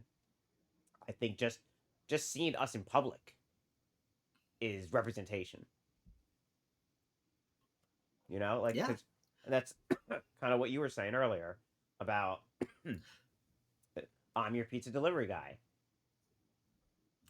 Well, yeah. Right, and also just like how yeah, absolutely, just like 100% being yourself out in public, and also just like how you choose to present yourself, because like if I wanted to, I could not be as visibly trans, but like I say, I've come to a point in my journey that I enjoy being visibly trans, but like that hasn't always been the case. There was definitely a good chunk of my life where passing was very important to me. I wanted to catch Shay Spice's question. How has I'm sorry, being I missed trans that. No worries. And yeah, Slice Draven. I know of more than one trans woman partnered streamer, but I don't know of a single trans man. Welcome in, Bjork. Um, how's being trans affected your dating life? Well, honestly, not very much in my experience. I have been in very many relationships. Not recently, really. I've been single for about a year. And I've been dating like here and there. I would say that it is likely like, it depends person to person, but like for the fact that I am as far along in my transition, um, and I think the main thing that I am not a fan of is like the fetishization of some people.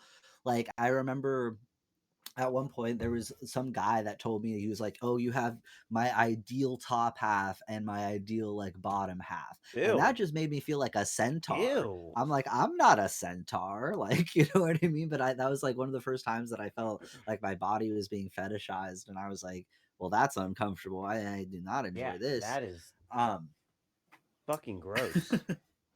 yeah.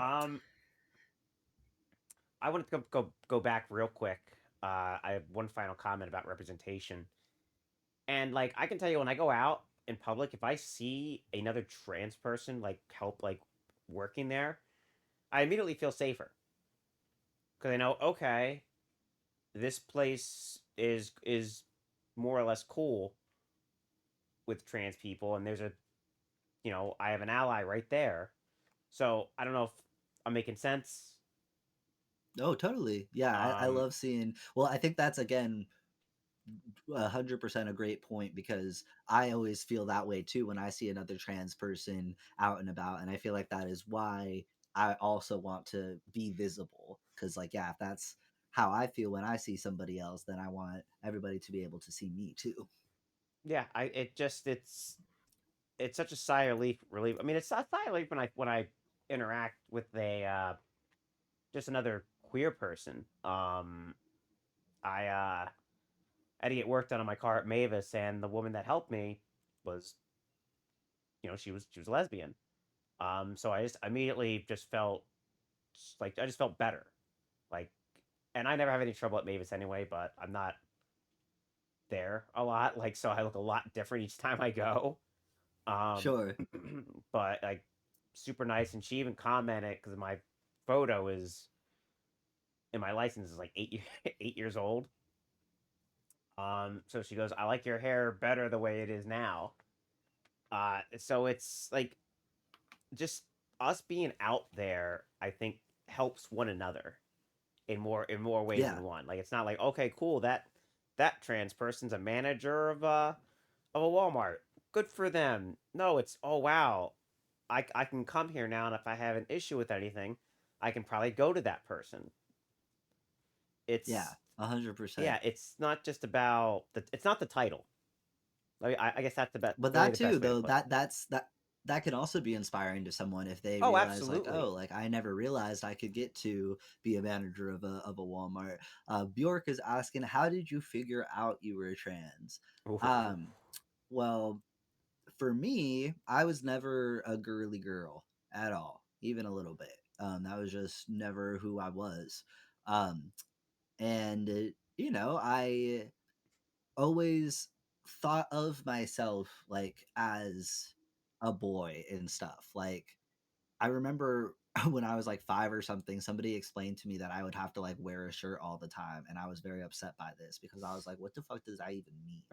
Like I've always felt like a lot of the rules about being a girl were just like super arbitrary, Yeah. and I feel like even as a kid, I was very aware of like the patriarchy and stuff. And I was just like, bro, if these are the two options, I don't want the one that I was stuck with. You know what I Yeah. mean? Like I was just like that's the easiest way I can explain it, is just like, yeah, somebody misclicked on the character selection screen.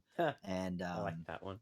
the other thing that I'll talk about too is that like even when it comes to things I enjoy to do, like for example, I've always enjoyed theater, but I've never felt like I was an actress. I was an actor. Like, like any kind of thing like that is just like, okay, like I'm not for example, I'm not a girl who likes pink, especially since at the time I pretended that pink burned me to the touch. Like, I'm a man who enjoys wearing pink. Those are different vibes. They just are. And so, I just always had a masculine spirit, and yeah, it's been able to come to its full blossom, and in that so has the feminine aspect of myself, and I love that for me. It feels very self-actualizing, being able to embrace and accept all the parts of oneself. And that being said, I don't go by they them. If anybody ever they thems me, like, I'm not going to hold it against you, but you are misgendering me. I don't like to be referred to as they them, because there are people A good who point. do, and that's not who I am. I am a he him, any way you slice it. So yeah, that's kind of how I experience it. That would be interesting, Dev, to see our childhood pics. Oh my. Mulan did it for me when I was 3. Mulan is such a impactful movie for anyone Mm-hmm. trans. Mulan was 100% very formative for me too. 100%. I got God for me. It. I guess I'm a late bloomer. I guess is the best way to describe it. Like I always kind of knew under the surface that being a dude wasn't for me, and then probably not until my 30s I was like, I don't know. I really don't feel like a guy. I like guy things, and I pee standing up, but I don't like it. And then I found somebody on Twitch. Um, it was this lesbian couple, and they streamed and da da da. So I kind of got into their community, and I guess uh, I can't believe I'm gonna say this out loud. The one girl probably cracked my egg.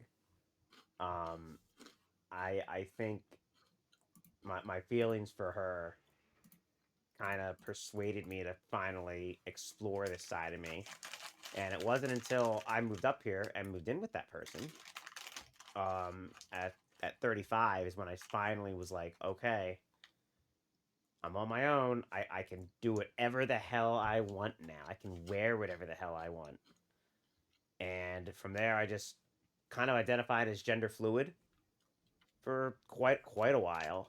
And then 2023, I was just finally like, my therapist that I had at the time, uh, just kind of said something to me that kind of like just flipped the switch. And from there, I called Planned Parenthood, made the appointment, and the rest, as they say, is history in the making. There you go. Yeah, yeah. Like I said, late bloomer. But I struggled with a lot of stuff, gender related, when I was a wee one. Canon Yeah, NASCAR t-shirt. for me the self-harm and stuff when I was a young teenager is what like got me into therapy, and then eventually I got to see a therapist who specialized in like gender and stuff. And like my parents were not supportive up until then, but she kind of just sat them down and was like, would you rather have a kid that's alive or dead? And they were like, alive. She was like, okay, well then you should know that Jordan is trans, and the way to keep him alive is to, pursue this transition. And yeah, they said some pretty fucked up things to me as a kid growing up. Like I remember one time my mom said like, you better never cut your tits off, which is just an unhinged Oh thing to my say to a teenager. god! Yeah, yeah, Jesus! yep, To a teenager. Yep. And that's your Yep, mother. that's- Like, wow. well, my stepmom technically, but yeah, Oh. the Oh, person, okay. the woman who raised me and who is my mom. So, anyway, yeah, it wasn't always sunshine and rainbows, wild. but they've come around. Yeah, And they love me. it takes but time. It takes time, and I got into a big fight with my parents right before my uncle's funeral. I was like, you know what? I'm not gonna say anything.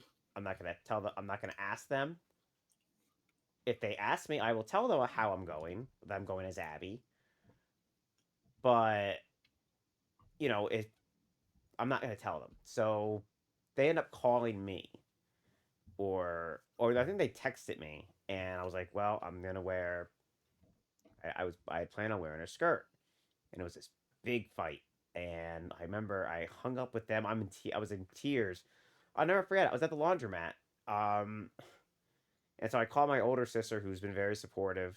Um, she goes, I don't know. So some hurtful texts sent back and forth. And then my father, God bless him, my father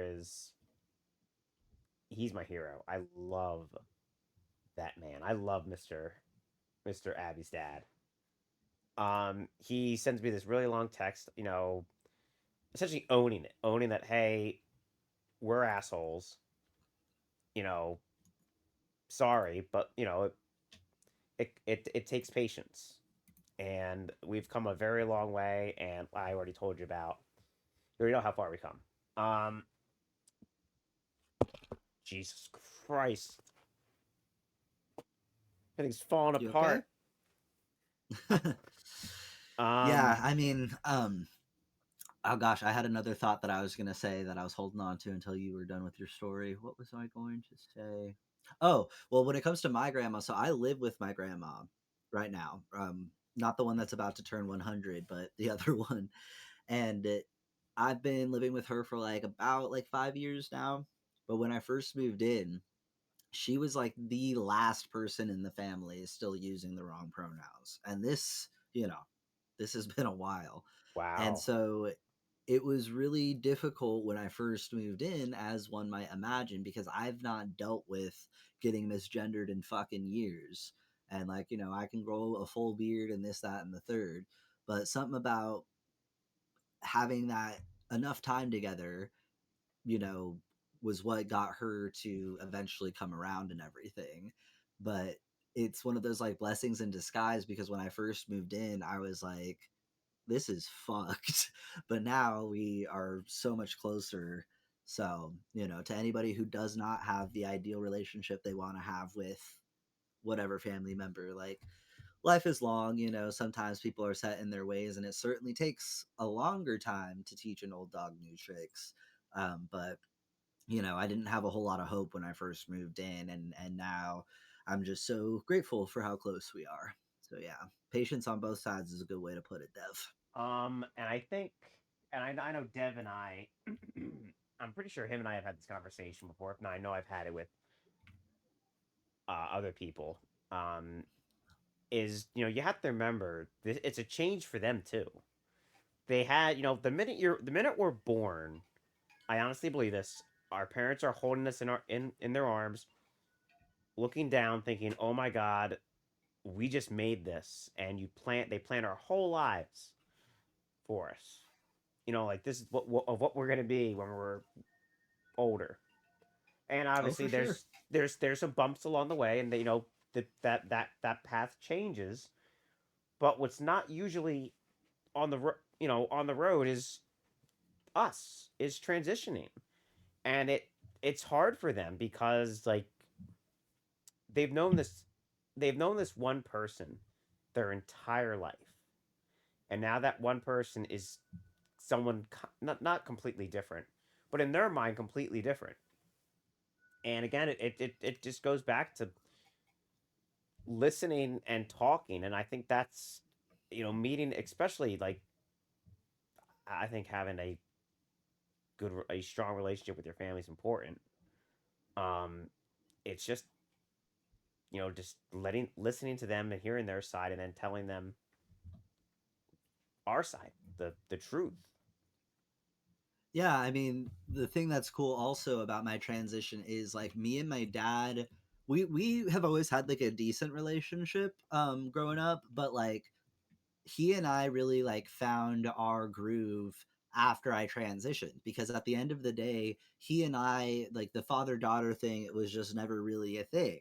But the father son thing, like, hell yeah, we know how to do that. And the thing is, that's what we've always been doing. Like, I grew up watching football with him and doing sports and this and that. And it's just like, once we were able to make that transition, I feel like our relationship made so much more sense, and our bond and our connection, it just like was so much easier and everything. So like it can go both ways.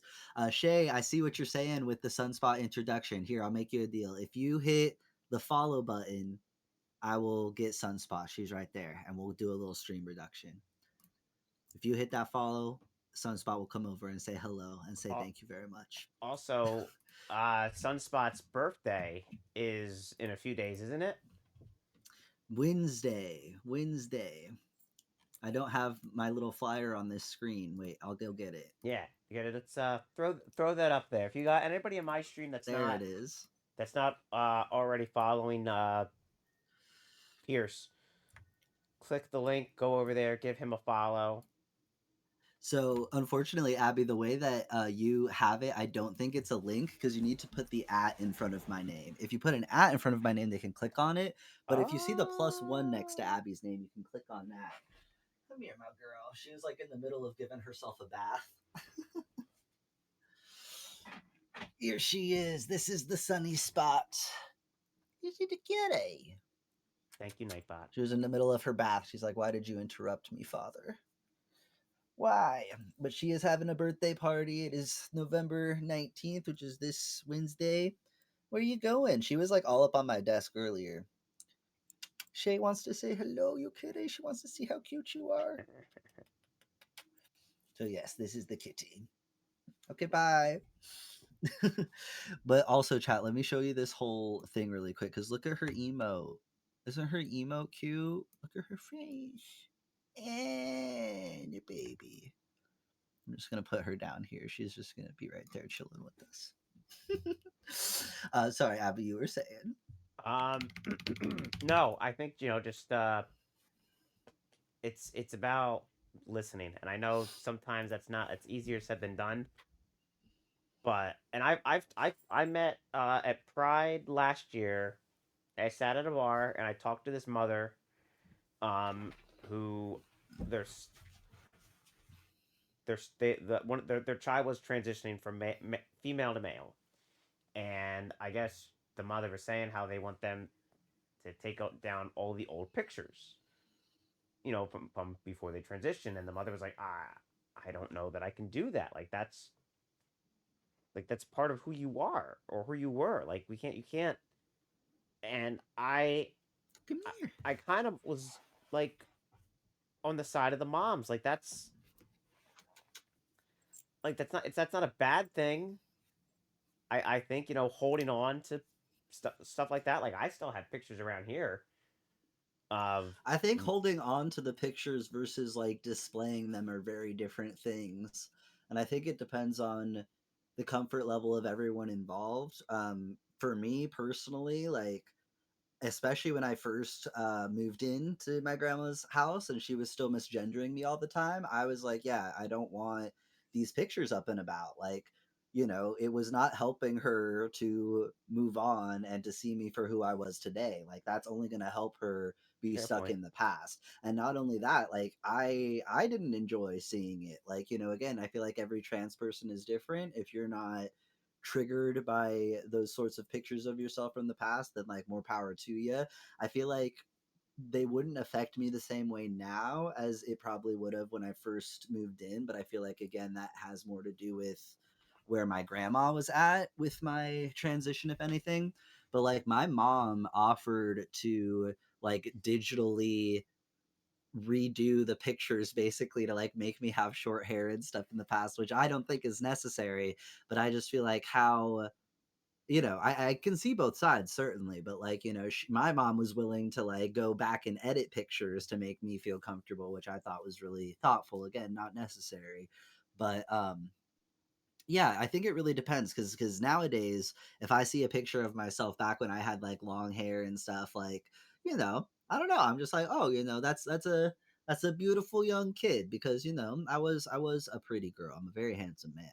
It's a pretty girl, but it's not triggering to me in the same way that it used to be. But again, I feel like that's up to every individual and up to every family, and it definitely depends on the circumstances. But I don't, I don't think you should necessarily like burn these pictures or like get rid of them, because I feel Right. like there is definitely, you'll want them someday kind of thing. But like there's pictures of me that I don't mind from the past, and then pictures of me that I'm like, not my favorite. Yeah. Hello, Parsible. Thank you for the 30-month resub. Let's go. I appreciate the emotes as well. Much love, Parsible. How are you doing? I guess I really only have one more on here. I know we got like 45 minutes left. I would honestly be down to wrap up like by 3:30 or something too, though, in like the next 20 minutes, just 20 so I can get minutes. 20 a screen minutes it break is. in between. Yeah. In between this and work. So no, you're all good, Parsible. We're here today talking about our stories as trans folks, and our different thoughts and feelings about a variety of stuff. But you're not interrupting anything. No not worries at all. I guess one last one I have, and then we can throw it to chat. What Twitch emote best represents your personality? Ooh, that is a good one. I mean, I'm kind of partial to two. You guys chat. You guys tell me which one of these is more my personality. Is it the Dino Dance or is it the Bop Bop? It's not the Angie Parsible. Get out of here with that. Oh my goodness. Well, actually, I guess I'm proving you right because you just made me Angie. I love Dino Dance and I love the Bop Bop. Like the Dino Dance has always been my shit. That's why it's like the same name as, or the same color as my name and everything. That is But really the cool. Rainbow Bop Bop, it makes me so happy. I love how colorful he is. And so I think it used to be Dino Dance, but I would choose Bop Bop. Yeah, I could see either one. I mean, I definitely think when I think Dino Dance, I think of you, and I think it's Well, I that's think good. it's I think it's and I think it's because of the color. I think that's a big reason. Yeah. Yeah. I love the options from chat we're getting here. The seems jeez. good. What do we got? The little hype popcorn, dude. That's been me with these fucking goldfish, dude. I literally have been I snacking on these this whole time. I destroyed this bag. These were really freaking good. This is a good weed snack right here. This is not for you, Sunspot. You would not like goldfish. All right, actually, chat. maybe you would. It's been I don't know.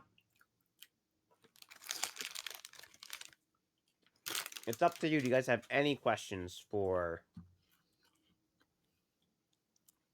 J1Pierce? The floor is open, chat. We are now open to questions. You boo-boos.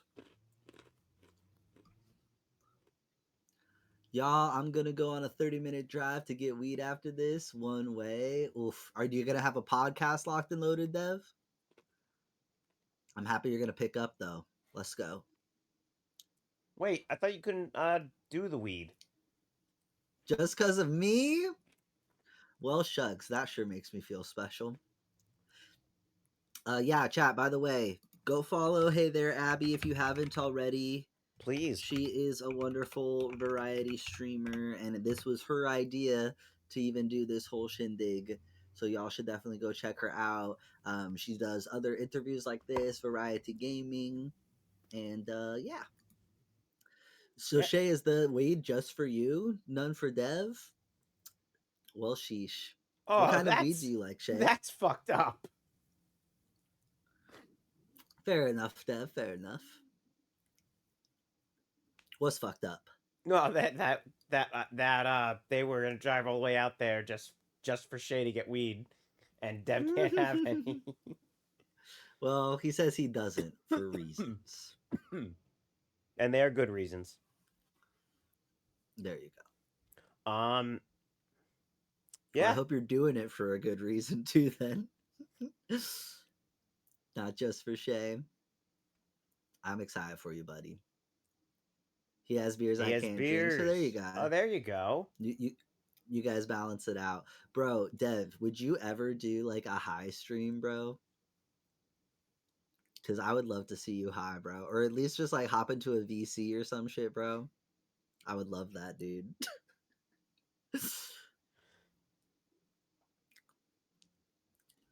But yeah, thank you again, Abby, for being the reason that we are here today. I really appreciated all your questions. Yeah, no, I had a blast. A lot of fun, a lot of fun. At some point on my end, I'll upload this to YouTube. Probably, I don't know, maybe tomorrow. Maybe tomorrow, depending on how. So one thing I'll say about that is I don't know because I'm not actively uploading to YouTube at the moment, but like me hitting the bong might be a problem. I don't know for YouTube. So that's Oh, just something to be aware of. Because okay. I have a streamer friend who uploads her VODs to YouTube, and she has mentioned that she stopped hitting the bong on stream because she didn't want to have problems with her YouTube VODs. So I don't know what's going on with that, but I wanted to mention it to you just so you Oh, were aware. okay. Oh, yeah, I'll see what. Yeah, I'll Yeah, throw it up blur there if me they. out Yeah, or if they deny it, then they deny it. I'll have it there you saved. I'll go. have Well, it saved hopefully this will be otherwhere. on YouTube, Yeah. which is cool. We'll definitely share out that link once we have it. He's not gonna log in while he's high. Well, I guess it depends on how high. Well, y'all let me know because that would be super duper fun. That would Thanks be so much for great. the stream and being vulnerable. Loved this. Thank you, Slice Raven. It was so good to meet Yes. you. I really appreciate the Thank new you, Raven. follows today and everyone who asked questions and stuff. I really do appreciate it. I'd love to catch up on the conversation since I was late to it. Let's give a summary, Abby. Oh. How can we summarize? Gosh, I mean, so much has happened in the last 2.5 hours. Well, we talked Well, about. hopefully it'll be on YouTube. Yes, yeah. I'll if not on YouTube, it'll be on the VOD. I plan on I try to save these ones just because they're a little bit more meaningful. I always save my VODs. My VODs are always available. But basically we just talked about like, yeah, our stories. We did like we talked about representation, we talked about passing. Yep. What else did we talk about? We talked about, stories that we had growing up, how to help support trans youth. You'd love to watch it back. Okay. Sorry, my bad, my Oh, bad. you know I mean, what? I feel like it's still good to summarize things for like fun fact chat. At the end of all of my therapy sessions, I ask for a summary just to make sure I understood. Same with my tarot card readings. Whenever I get a tarot card reading, the very last thing I ask is, can you summarize that all for me? So I like to do the summaries. I did have one more question. I completely An encore spaced. question. An encore question. Let's go. Encore. If you could, and I guess I'm really curious for you because you're already well have transitioned by this point. But if you go back 10 years, what would you say? Like, what advice would you give? You know, 2015 Jordan. It's funny that you ask that and pick that year because that was a really hard year for me. It was probably one of the hardest years of my life was 2015. It was also the year I got chest surgery, and the year that my divorce was finalized and that I spent my birthday in mental hospital. So it was a very eventful year. And if I could go back and talk to my 20-year-old self, I would tell him, you're going to get through this. It's going to be okay. You're going to find yourself again. And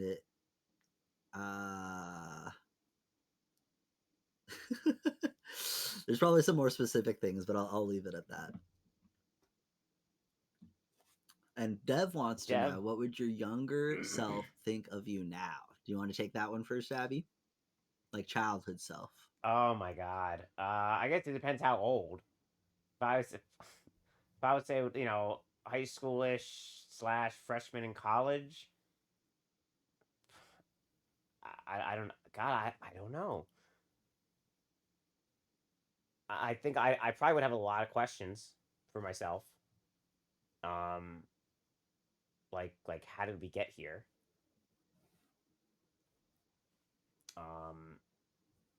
Yeah, I really Like 10 really years don't know. old.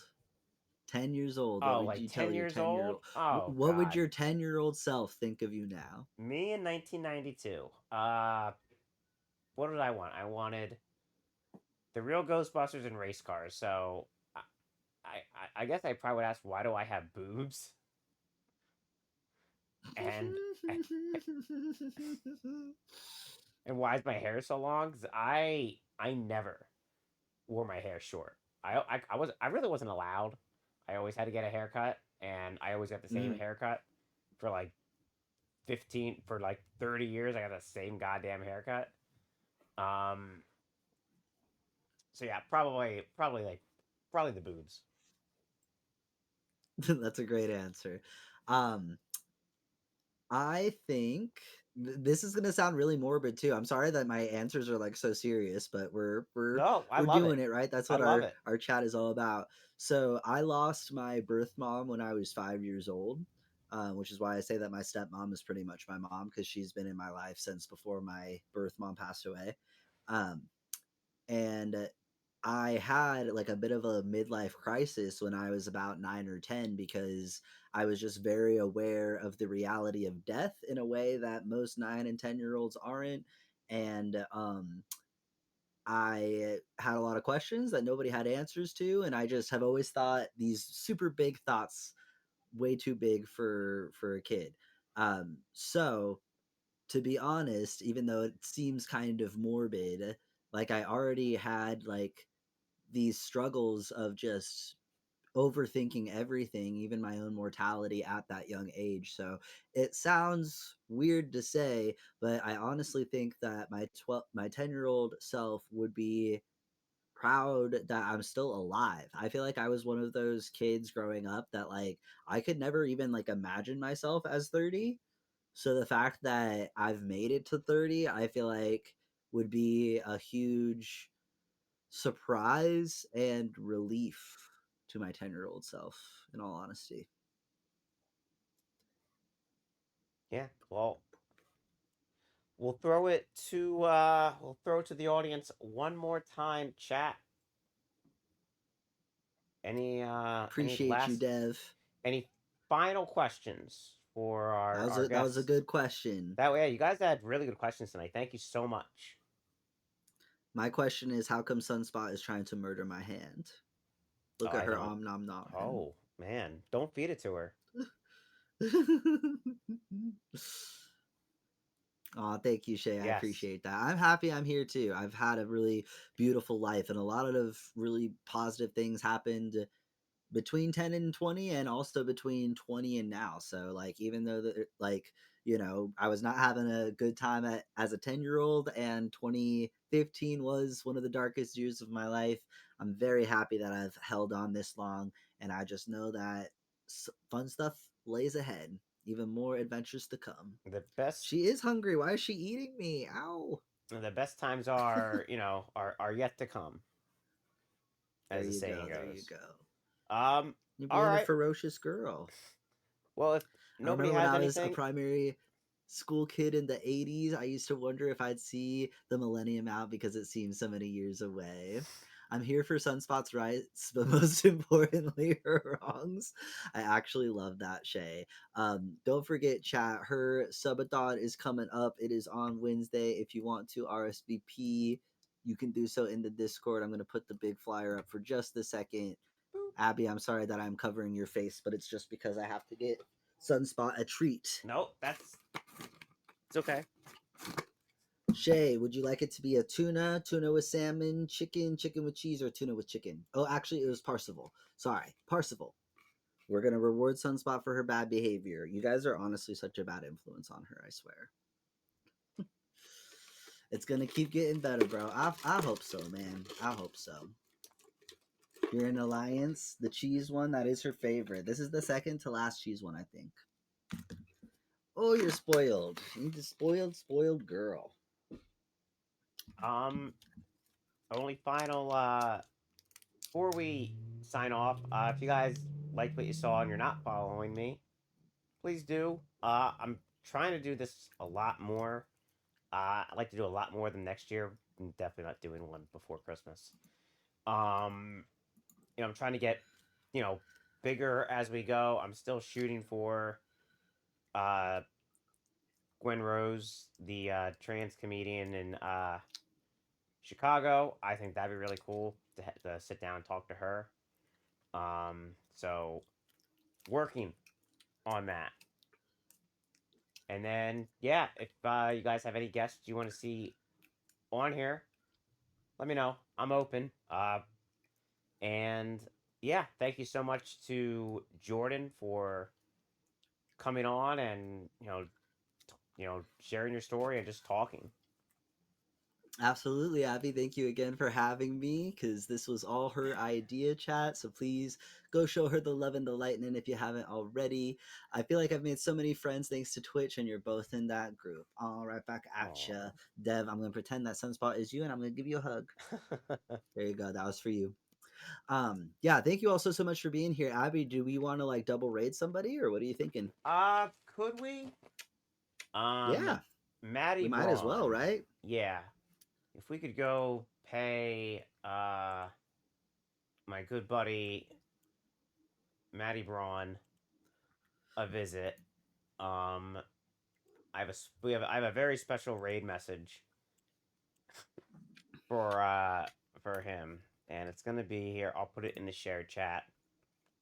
All right.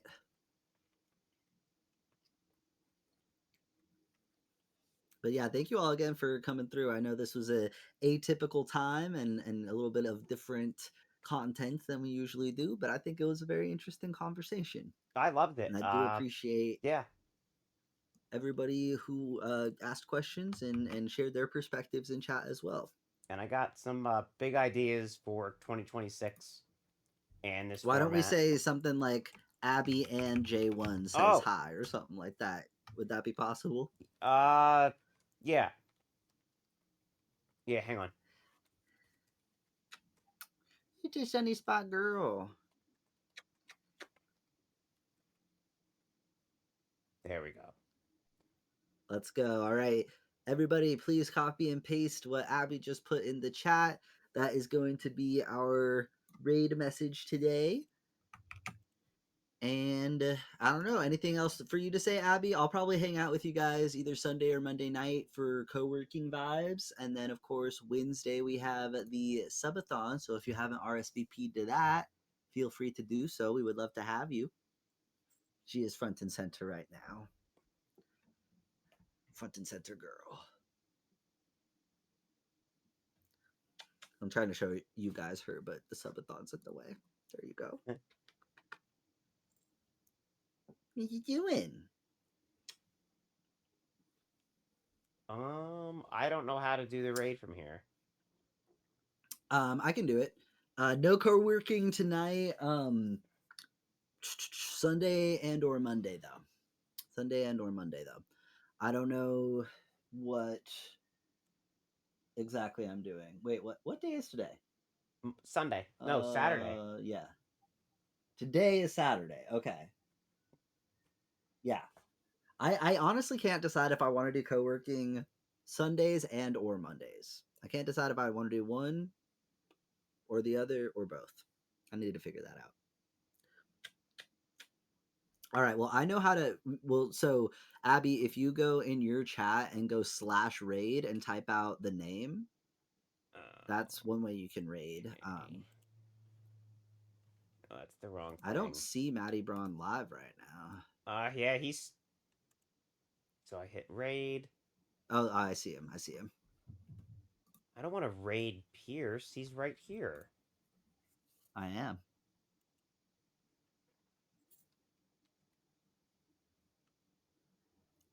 Maddie Braun.